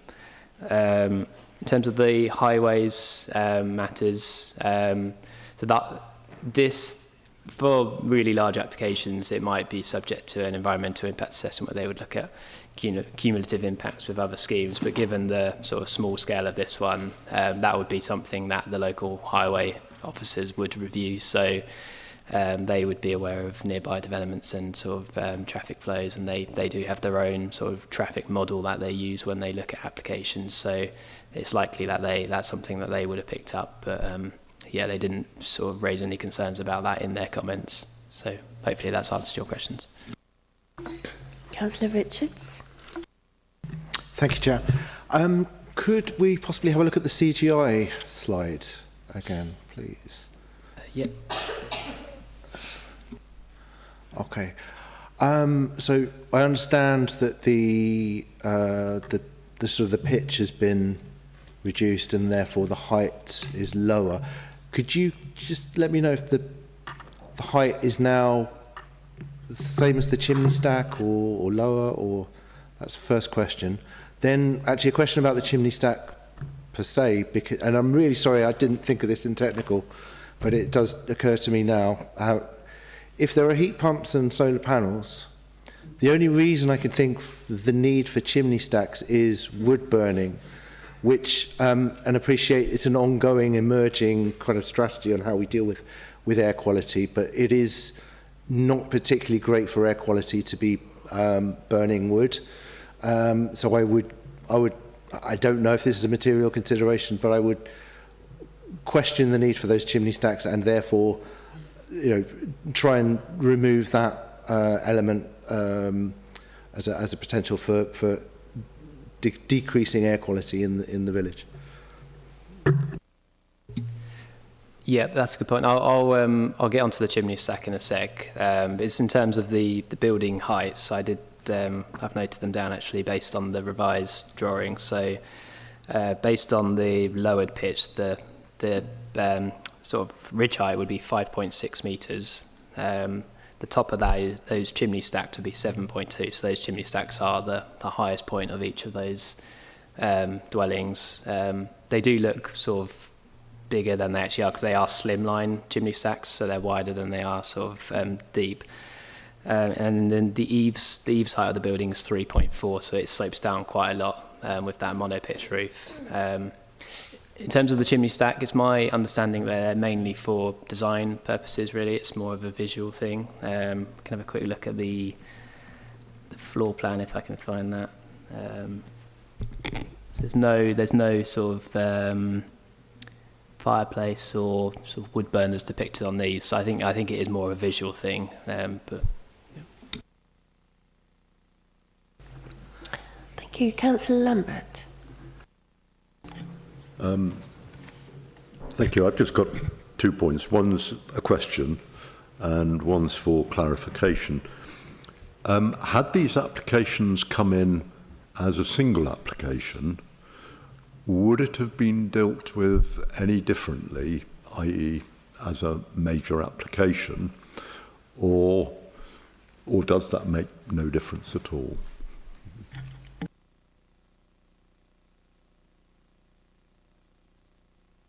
I mean, we haven't considered it, to be honest, because they have come forward as separate applications. We've had to treat them as such, so we've considered the policies that are relevant to them separately. Okay, thanks. And my other question is really about the future management of the drainage system, and actually the whole site anyway. Presumably there will be some sort of management committee set up, and I wonder whether part of owning one of the 8 houses is ultimately a responsibility for the flood alleviation scheme, so that the householders do have a responsibility to make sure that they're not flooding locally. Is that possible? Thank you, Councillor Lambert. So yes, there will be a management company. There is with schemes such as this, and most residential schemes. So all the properties would basically pay money into a pot, and that would go towards a management company who would look after the open space, the drainage, and anything that is not within the private ownership of individual properties. Councillor Brisky. Thank you, Madam Chair.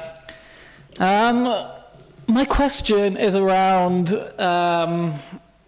the previously developed land, because we're being asked here to make a decision on paragraph 154G of the NPPF, which, we've dealt with in the past. It can be obviously quite subjective in terms of what we consider to be, let me find the exact words, what we would consider to be substantial harm to the openness of the greenbelt.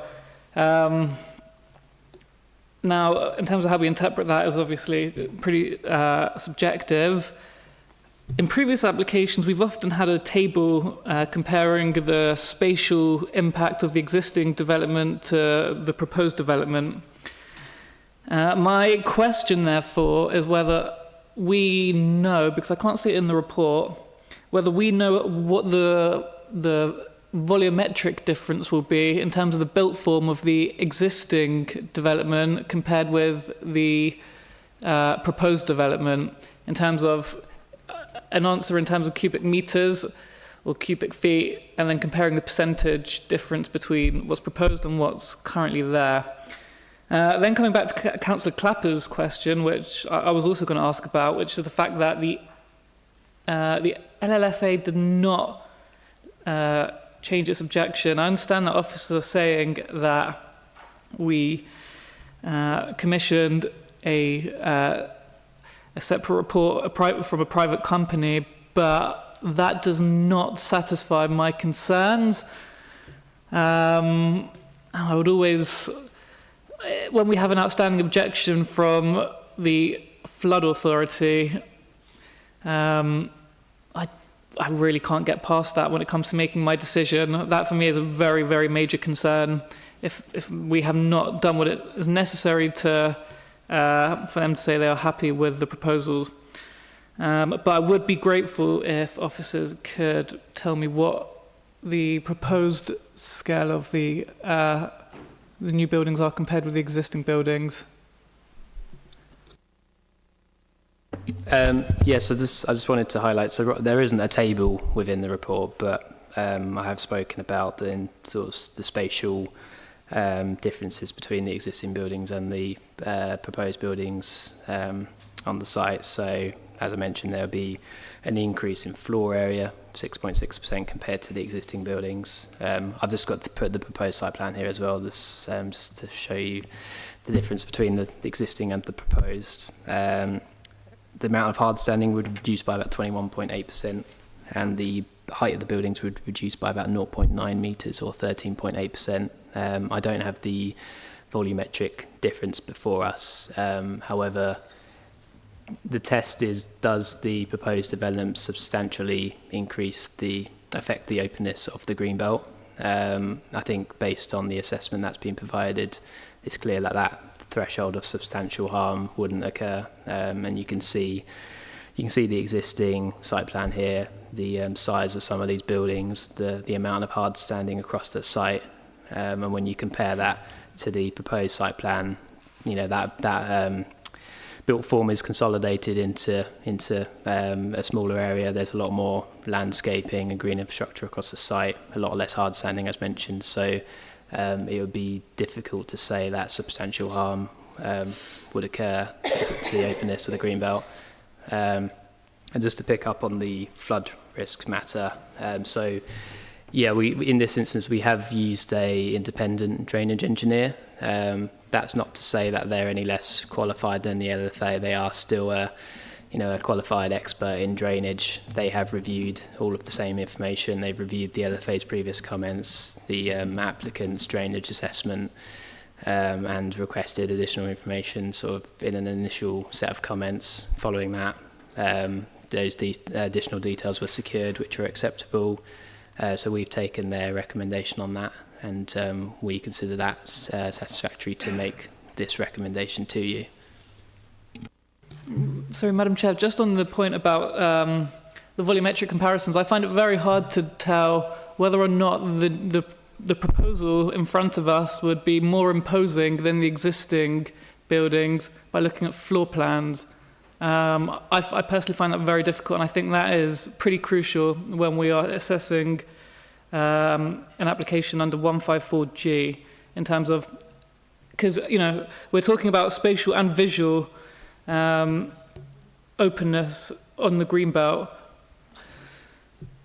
Now, yeah, you can show me that, but unless you had a CGI of both of the existing development plus the proposed development merged, it's very hard to get a sense of that, especially if we do not have a volumetric comparison, which we have had in the past.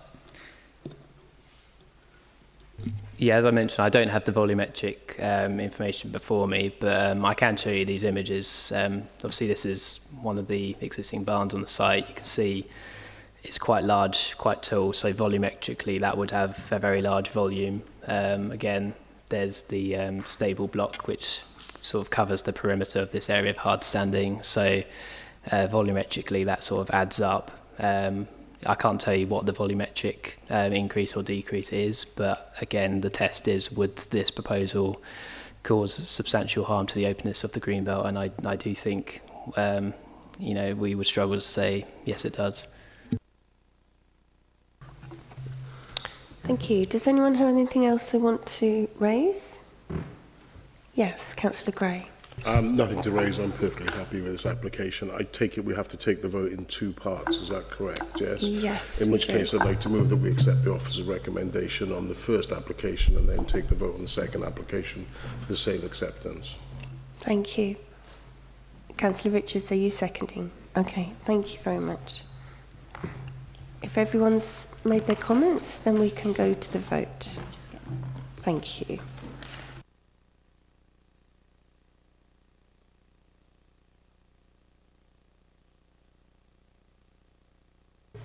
So the recommendation for application 24/0748/FUL in respect to the formation of the water detention basin associated landscaping, and the recommendation is as set out in the report. If I can take the vote from members.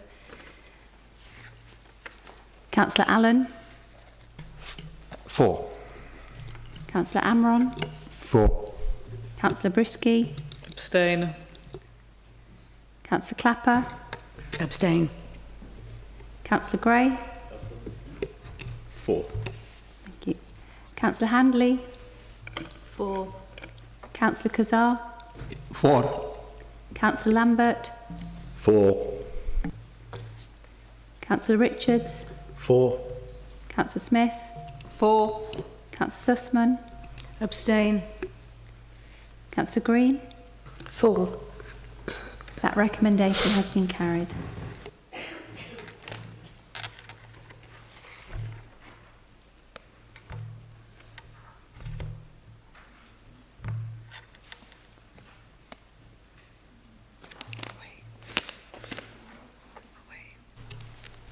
So the second application is 23/1142/FUL in respect of demolition of existing buildings and redevelopment of the site to provide residential units together with associated landscaping, amenity space, bin store, parking and relocation of the existing access from Allen Lane.